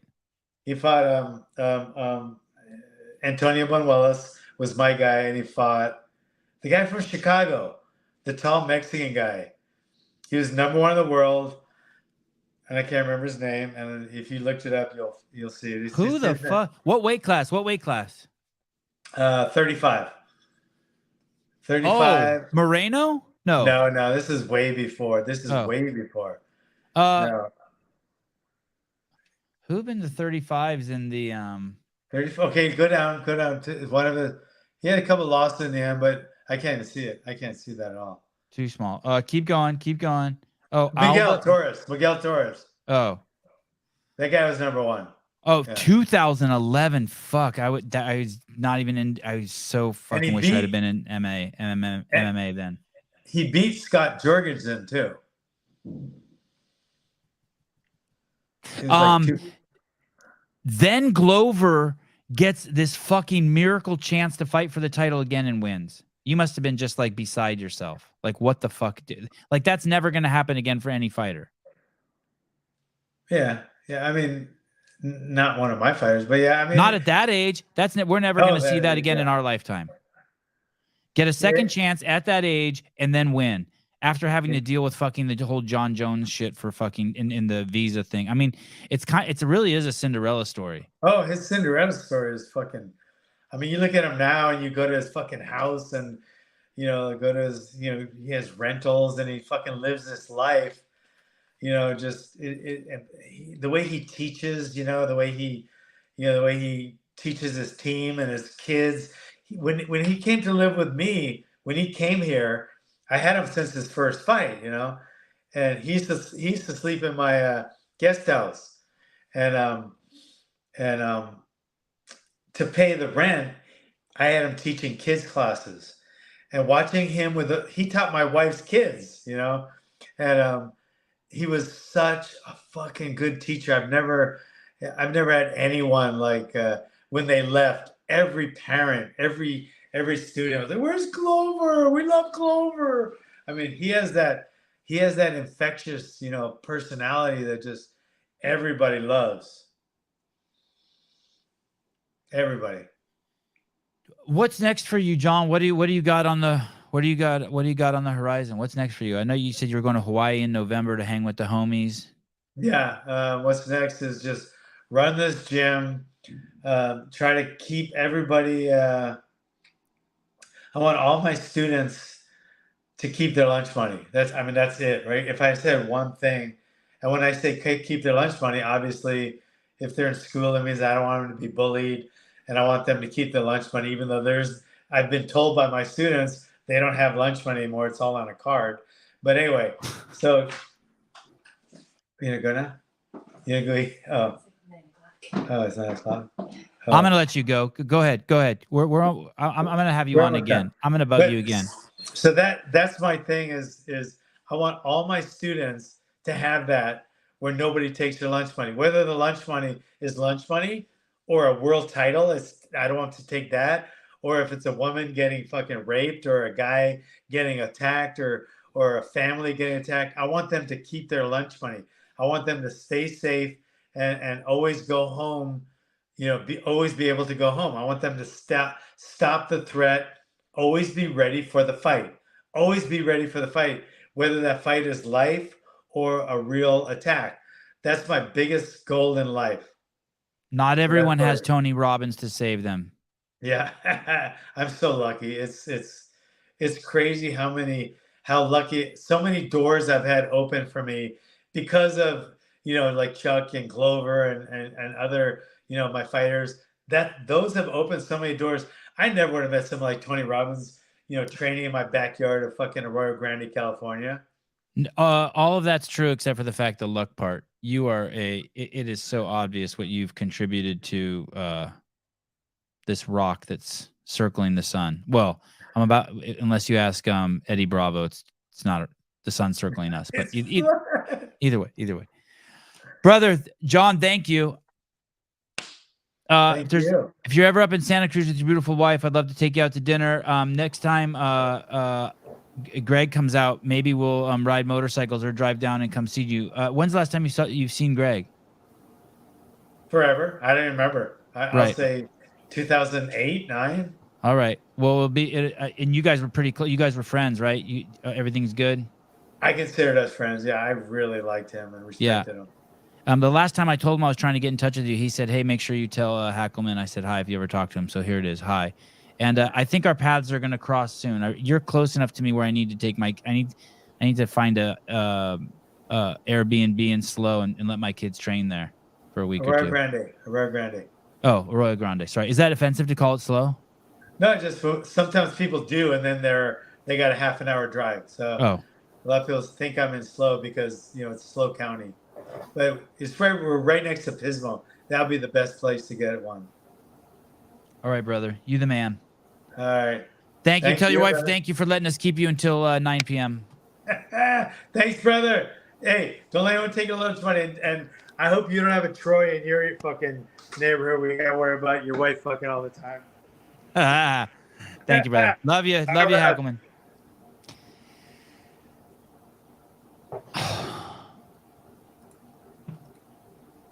10th degree fucking black belt, and like no one can be like, no, he's not. Like crazy, right? It's pretty wild. Not only an MMA legend, but dude, he's the sandwich. He's Chuck Liddell and Glover Teixeira. Like he was then and he's now. He's the bridge. Yeah, it's fucking crazy, dude. Crazy. He almost, in a way, he created his own martial art too. Yeah, He's propagating it. Yeah, it's fucking nuts. Yeah, it's fucking wild. I found that picture of Glover doing an overhead squat. Oh, you did? Yeah. Is it against Nicole Carroll? I think I was pretty much there. I think I was there for that. It's just this one. So I don't know if Allison's still in the chat, but I'm pretty sure when he did Grace, he did it against Allison in the lobby of the pit, and I'm pretty sure I filmed it. That's awesome. I would love to hear her version of that if that's true. I wonder if he remembers that. I don't think any of these guys they kind of remind me of themselves. They remind me of me, not the fact that they're badasses, but they've really compartmentalized their memory. Like they don't waste time like memorizing a lot of shit. Oh yeah. Do you know what I mean? Like John Hackleman's like, he's made a priority to remember what he wants to remember and nothing else. Yeah, he probably tells a lot of the same stories over and over. I don't mean that. I mean like he's not playing to the, like he doesn't call in the Joe Rogan interview, he refers to he goes, yeah, I one time met this basketball player with Chuck, his name is Shaq O'Neal or something, or O'Neal. Okay. And he doesn't call him Shaquille, or he doesn't call him Shaq or Shaquille O'Neal. No one calls him Shaq O'Neal. Like, you know what I mean? Right. Like it's his own. He just has it, like cack. He doesn't say cock. He doesn't say caulk. He says cat. You know what I mean? Not that he tells the same stories over and over, but he's his own vernacular. He's playing life to his own drum or his own fiddle, or what's the thing? He has his own flute. Yeah, I think it's the beat of his own drum. Thank you. The beat of his own drum. Yeah, he's drumming to his own beat. And so, yeah, it's cool talking to him. He's fun. Very eclectic dude.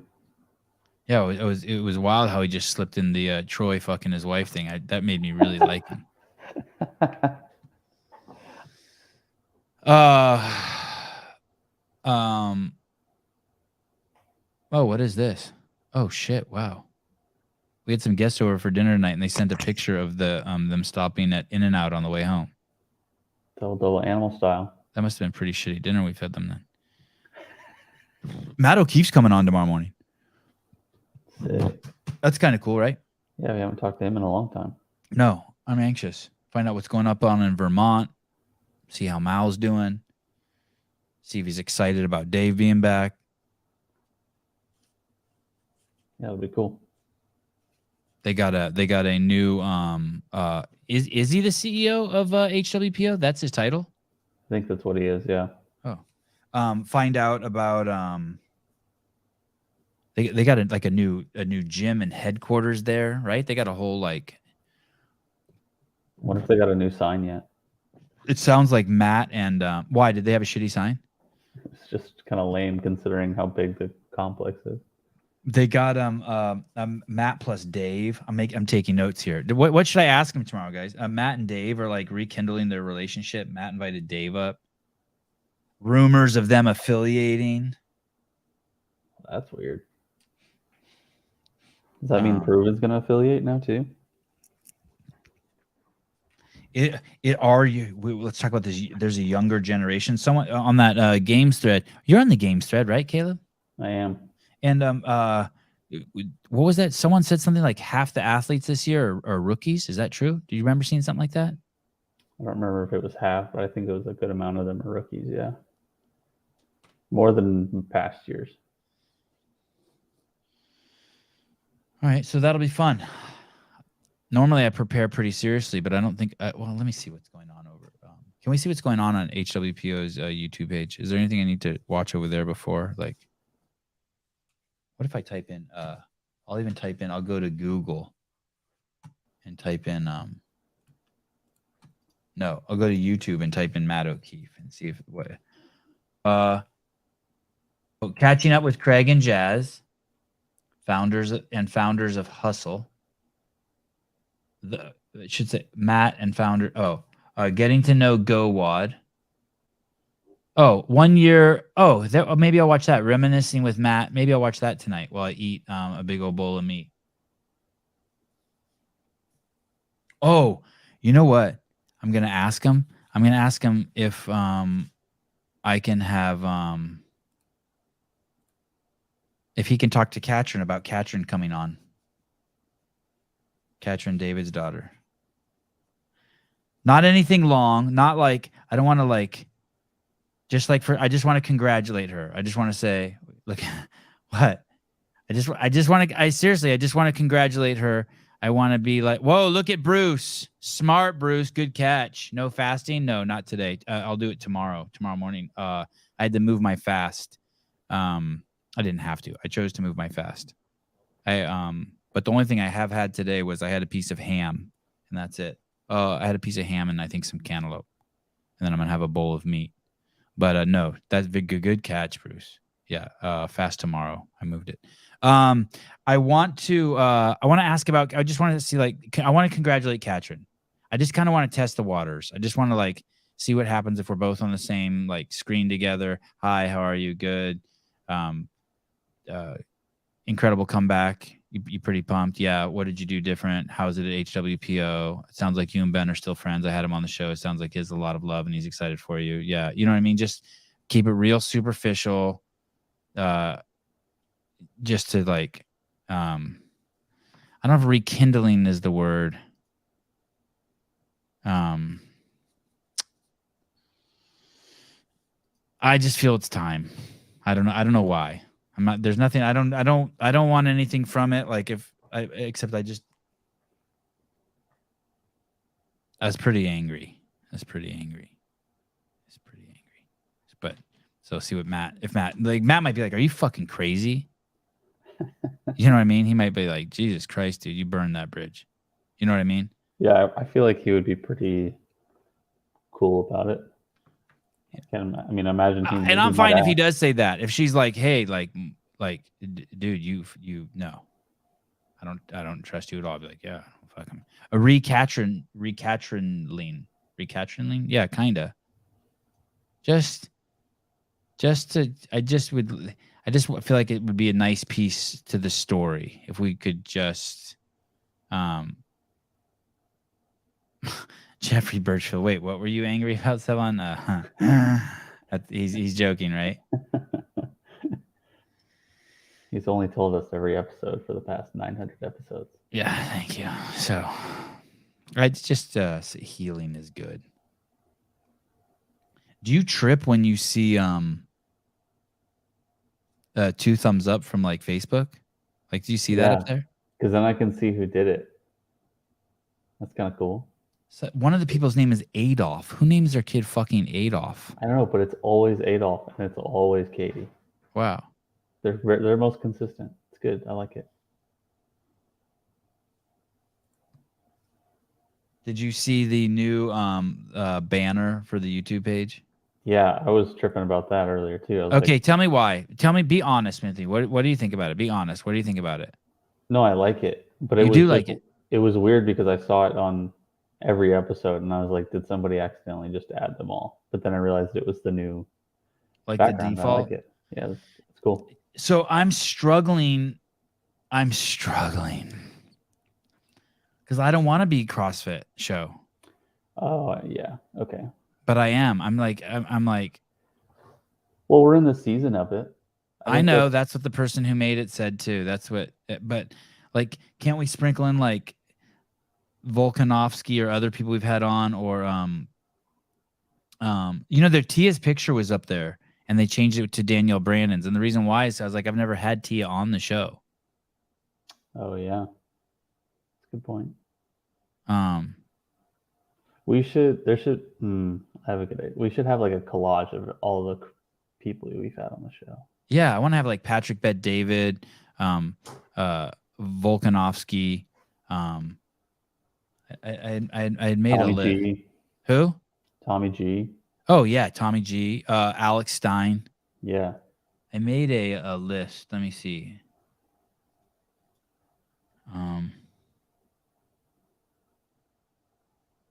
Oh, you guys, I'm about to make a new affiliate commercial. Did I tell you about that, Caleb? No, I was just thinking about that the other day. Ty Emery, Kelly Baker, Hans Kim, Don Fall, The Liver King, Thomas DeLauer, Marcus Philly, Colton Mertens. How could Colton Mertens, Devin Lorette, how could Colton Mertens not be up there? And the guy who made the banner's like, well, dude, he's not even that big. I'm like, dude, he's like my North Star kind of. Yeah. Do you know what I mean? He's my that's the show's mascot. Like we've hitched our wagon to Colton for sure. Thank you. Yes. I mean, we've just evolved with him. Yeah, like what the fuck?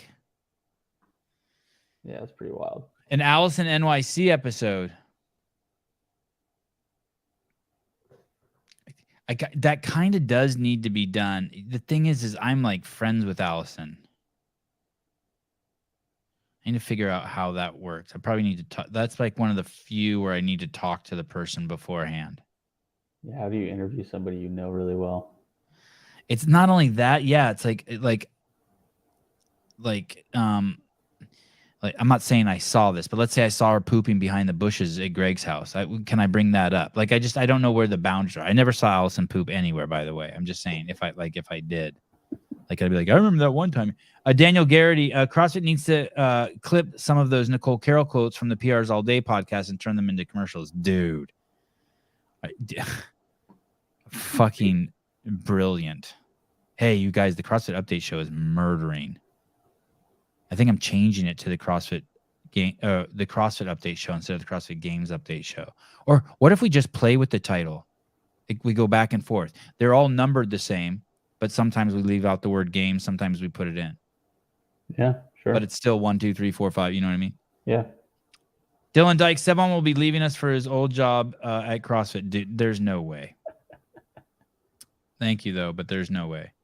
You get to episode 999, and that's it. There's just no way.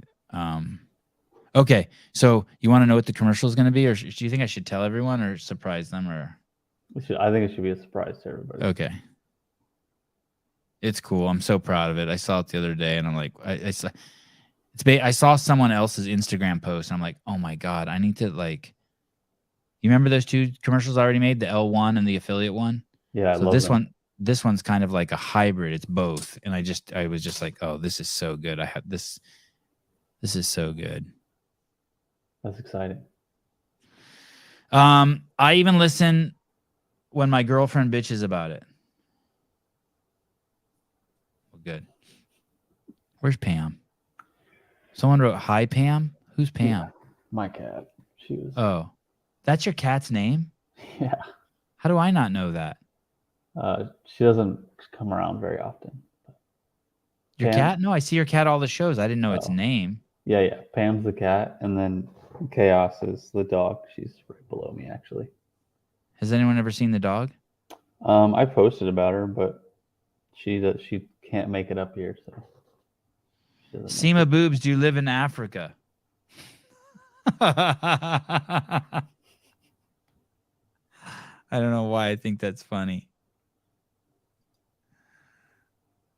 Just like, hey, Seema, you don't by any chance live in Santa Cruz, California. Do you want to come over and eat a bowl of meat with me? It's like, do you live in Africa, Rambler? Where do you live? I don't give Rambler hardly enough love. You know why? Why? I think because look how it's spelled. Like I'm always afraid to say it. Like if it had an E in there, I might say it more often. When I see it, I just like I probably shouldn't say that word. You think of hustle and proven? That's what you think of when you see. Oh, like just words with like letters with like words with letters missing. Yeah. My manager at work tried to give me shit about watching a podcast at work, so I said it's no different than him watching CNN. He stopped giving me shit. Oh my God, your manager watches CNN at work? It's a very good argument, though. That's good. What kind of fucking job is that? What time is it where you're at? 12:13. What time do you work in the morning? I don't work for the next 2 days, so. Oh, no shit. I'll be around. Oh, you will? Mm-hmm. I have some great shit for the live call-in show. Perfect. Do you want to try any peptides? I considered it, yeah. Let me know. Okay. I know a guy. Sweet. Get the hook up. Did you see that we have a did you see we should get one of these for BirthFit and for Paper Street Coffee too. Did you see this is it in brands? Oh, is it the QR code? Yeah. Yeah, that was sick. Oh shit, he fixed it too. Someone fixed it. That's nice, right? Yeah. It's so easy. QR codes? Like using that. Yeah, what's funny is that shit's been around for like fucking 10 years and I just started using it in the last month, QR codes. I didn't even know that I didn't know you were supposed to just point your camera at it. Oh yeah. I think a lot of restaurants around here started using them as menus now. So like you have to they don't give you a menu, you just have to scan the QR code at the table and then you get the menu. And you're good to go. Yeah. I don't know if it's helping. I don't know. I'm only like 6 or 7 days into it. I don't know, but I've started doing some pull-ups. I mean, it doesn't feel perfect. I'll tell you that. I was in Philly and I saw some of the needles you were using. Yeah. As soon as I'm done with the needle, I throw it as hard as I can and it lands in Philadelphia. Just tell me that story. You saw my needles in Philadelphia. Tell me, where were you? That's awesome. At first I was like, wait, what's he saying? Where were you that you saw them? No, I was actually in Philly. My wife took me to a baseball game for my birthday and we were just walking around. How far is Philly from your house? Where do you live? I thought you lived in Iowa. No, I live in Virginia. Why am I so confused always about where you live? It's like I have selective listening. It's okay. Memory. So it's like a 6-hour drive. We drove up there, watched the baseball game, and then we were walking around just downtown Philly trying to find just a place to eat breakfast. How many hours is the drive? It's about 5.5, 6 hours. Okay. Yeah. And we're just like walking around, and there's like these kids just hanging around on the sidewalk, punching each other and whatever. And we're just looking down at the sidewalk, and there's like an orange cap and like a completely broken syringe, just like that. And then you can see like burn marks on a little thing. I don't know, something that would have held a rock or something. And it's just like sitting there in the middle of the sidewalk. And I was like, oh, there's your heroin.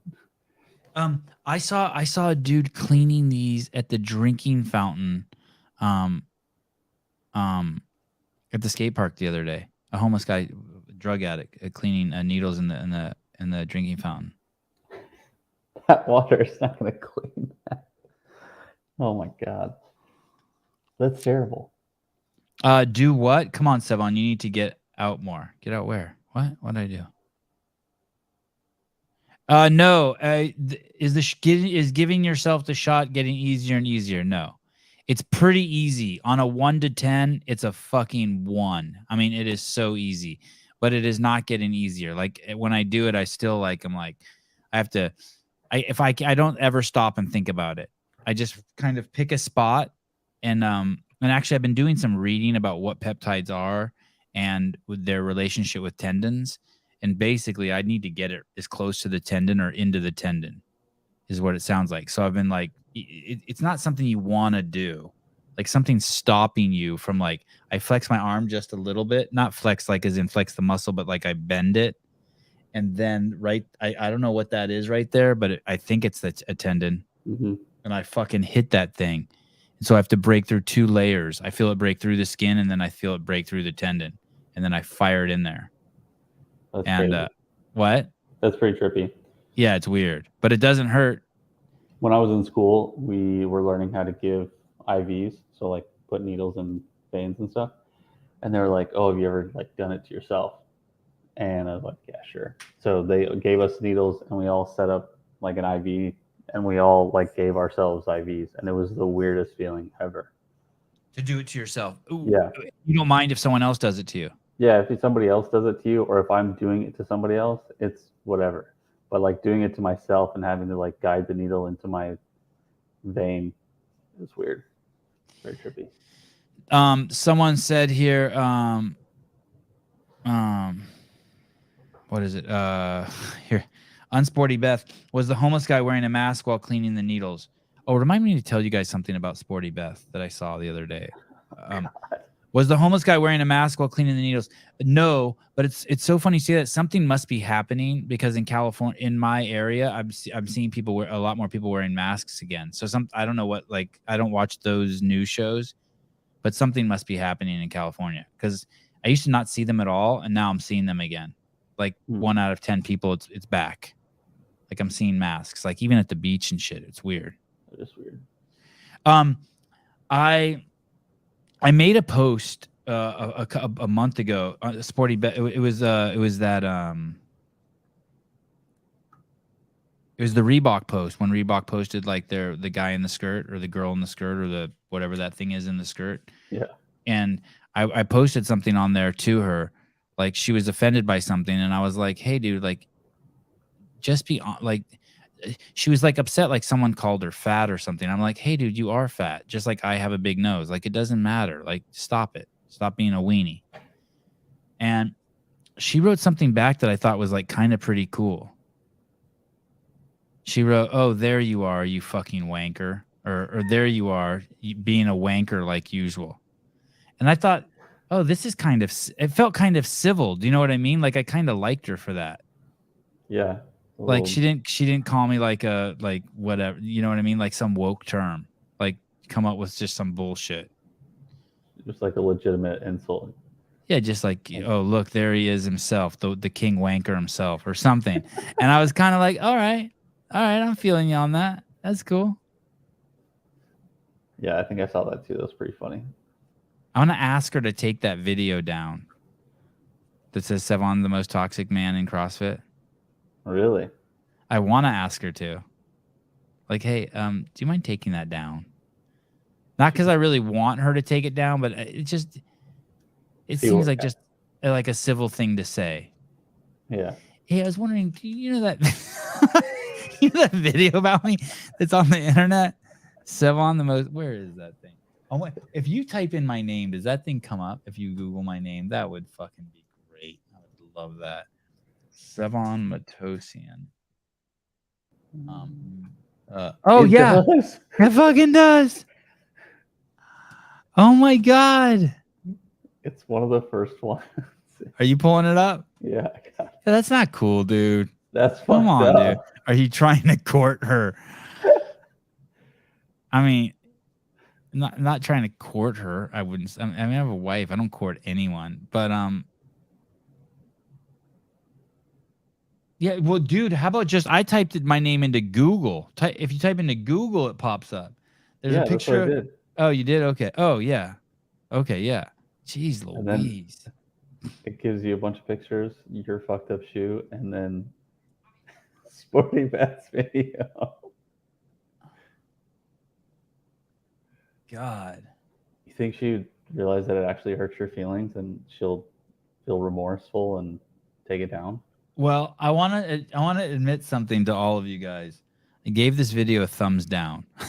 I don't normally do that. She blocked me. It's a pretty harsh thing to do. I wonder if she blocked me. It's a pretty harsh thing to do to make a video like that about someone. I mean, that's gnarly. It's a lot of effort.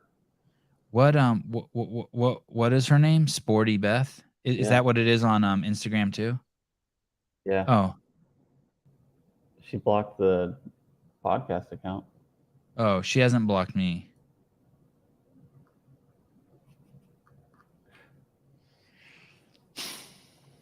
Amazing. Man.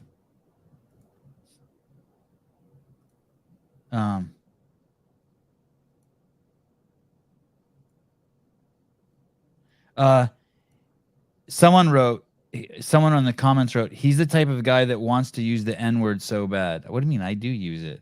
I am black. I've told you, I've used it a million times on this show. He told me racism doesn't exist. It exists, but I've said to you, it exists between your ears. He's horrible and a dunce.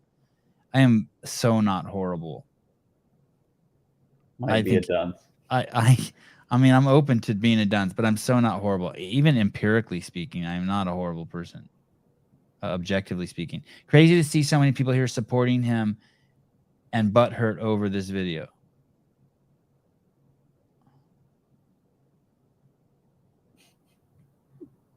I think, is this a compliment? Someone wrote, that's an underfunded guy if I've ever seen one. Does that mean they wish I got more money so like my voice deserves to be heard more? Or is that a put down? I can't tell. Underfunded sounds like it's like they wish more for you. Yeah.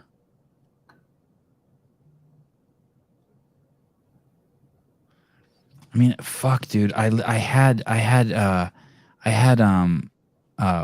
are Sevan. Yeah, we all are black. Listen. I listen to so much rap music still to this day. My son just performed. My 6-year-old just performed a rap song at a birthday party on karaoke. I am a full-blown brother. Let me see if I can find it. This is it. Nope, not that one. He performed. That was Kiss. He performed Kiss also.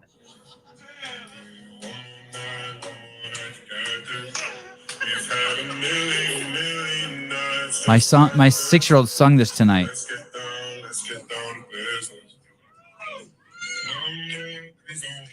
That's awesome. It's got to be a black guy, right? With that voice? For sure. All right. What a weird comment. He wants to use the N-word so bad. I pull my sheets over my head at night and just say it. So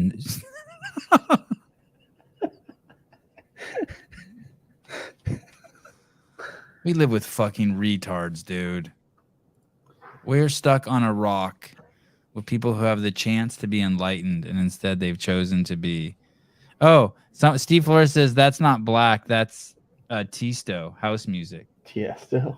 Oh, so they just slowed down a white guy's voice so it was deep and sounded like a black guy. Let's get down to business. Isn't that LMFAO or something? Dude. I don't think so. I thought Tiesto just made the soundtrack. Then the voiceover was another artist. All right. Well, anyway, I wanted that to be a compliment towards Sporty Beth. Like, hey, like that's cool. We tussled a little bit. We have a Formula One fan here. What is CrossFit? Hey, Third Rock from the Sun. I watched. So you guys want to see something pretty fucking cool movie? We have this guy coming on. His name is Sean Hibbler. Sean Hibbler. Hibbler. Hibbler. And he's a director of. He makes a bunch of movies through a media company called Hibbler Productions, and he's coming on the show.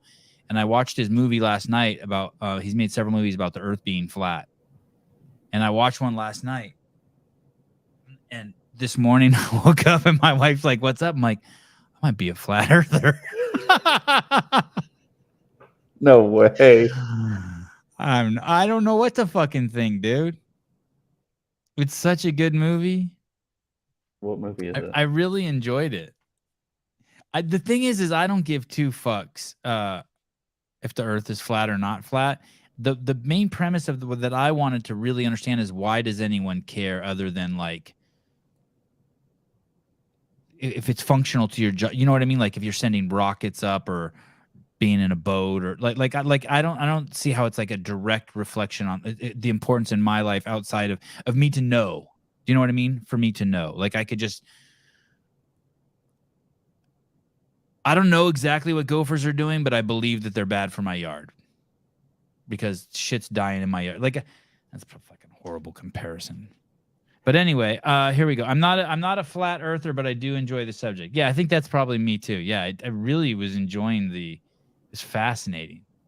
F1 fanatic, look at you already participating because the earth is not flat. Yeah, fine. Then but yeah, okay. Then it's not flat. And what's crazy is the movie starts by making fun of like people who they call us globalists. Globists? It's the globists. We believe that it's a globe, and he fucking fucks us up. It's so good. It's like, yeah, they think it's like just a pancake floating out in space. And they say all these, and that is what we think about flat earth. Like he nails everything that we all think about them. And they're like, and that's not it. Because they haven't spent even 5 seconds trying to understand when we say the earth is flat, what we're referencing, what we're saying. I was like, wow, well, okay, I'm going to give it 90 minutes. SEMA boobs. My boobs are globalists. Massive globalists. Is this the SEMA that used to be the SEMA? Yeah.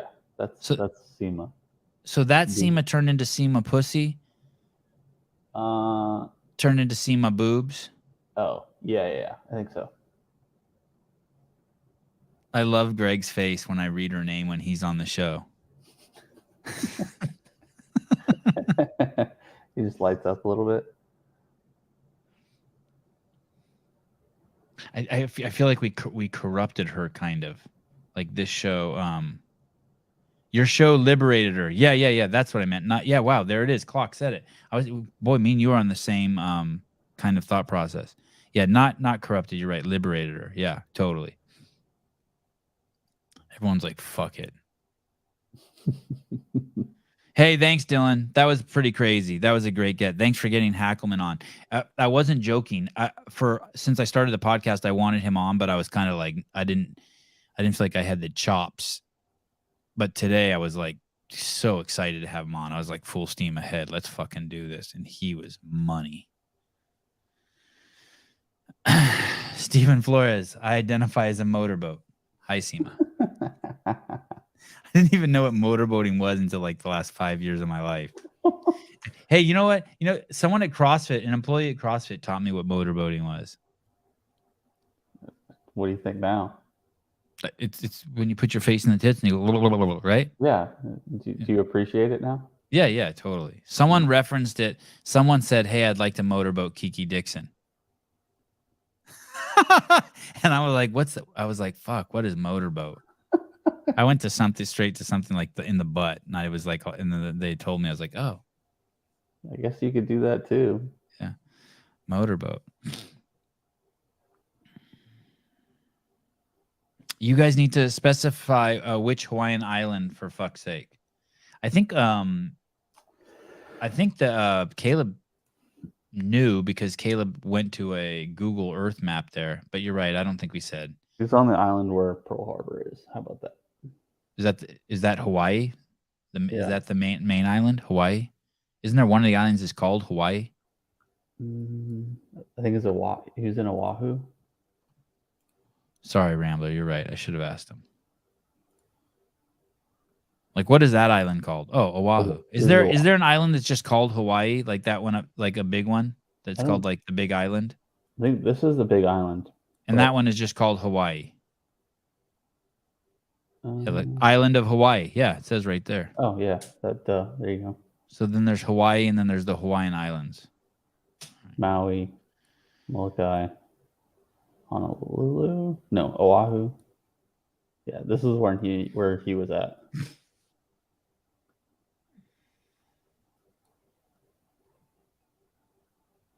I'm surprised there's not more SEMAs. Like the name SEMA? Or yeah, just like people, how like every once in a while, like it'll pop up like Dave Castro's underwear, like there'll just be weird random shit in there. I'm surprised there's not like SEMA penis. You know what I mean? Well, now you've just spoken it into existence. Or SEMA's bra. You know what I mean? We'll probably get a few more. Those are funny. They spell it SEMA. Oh, all That's not fun. John Cena. I think it's John Cena. I didn't see that one. All right. 12:33 p.m. at Caleb's house. It's bedtime. See you guys tomorrow morning, 7 a.m. Pacific Standard Time. I don't think Matt keeps coming on until 7:30, so we'll have like 30 minutes by ourselves. Or maybe he will come on at 7. Who knows? Thank you, everyone, and talk to you guys tomorrow.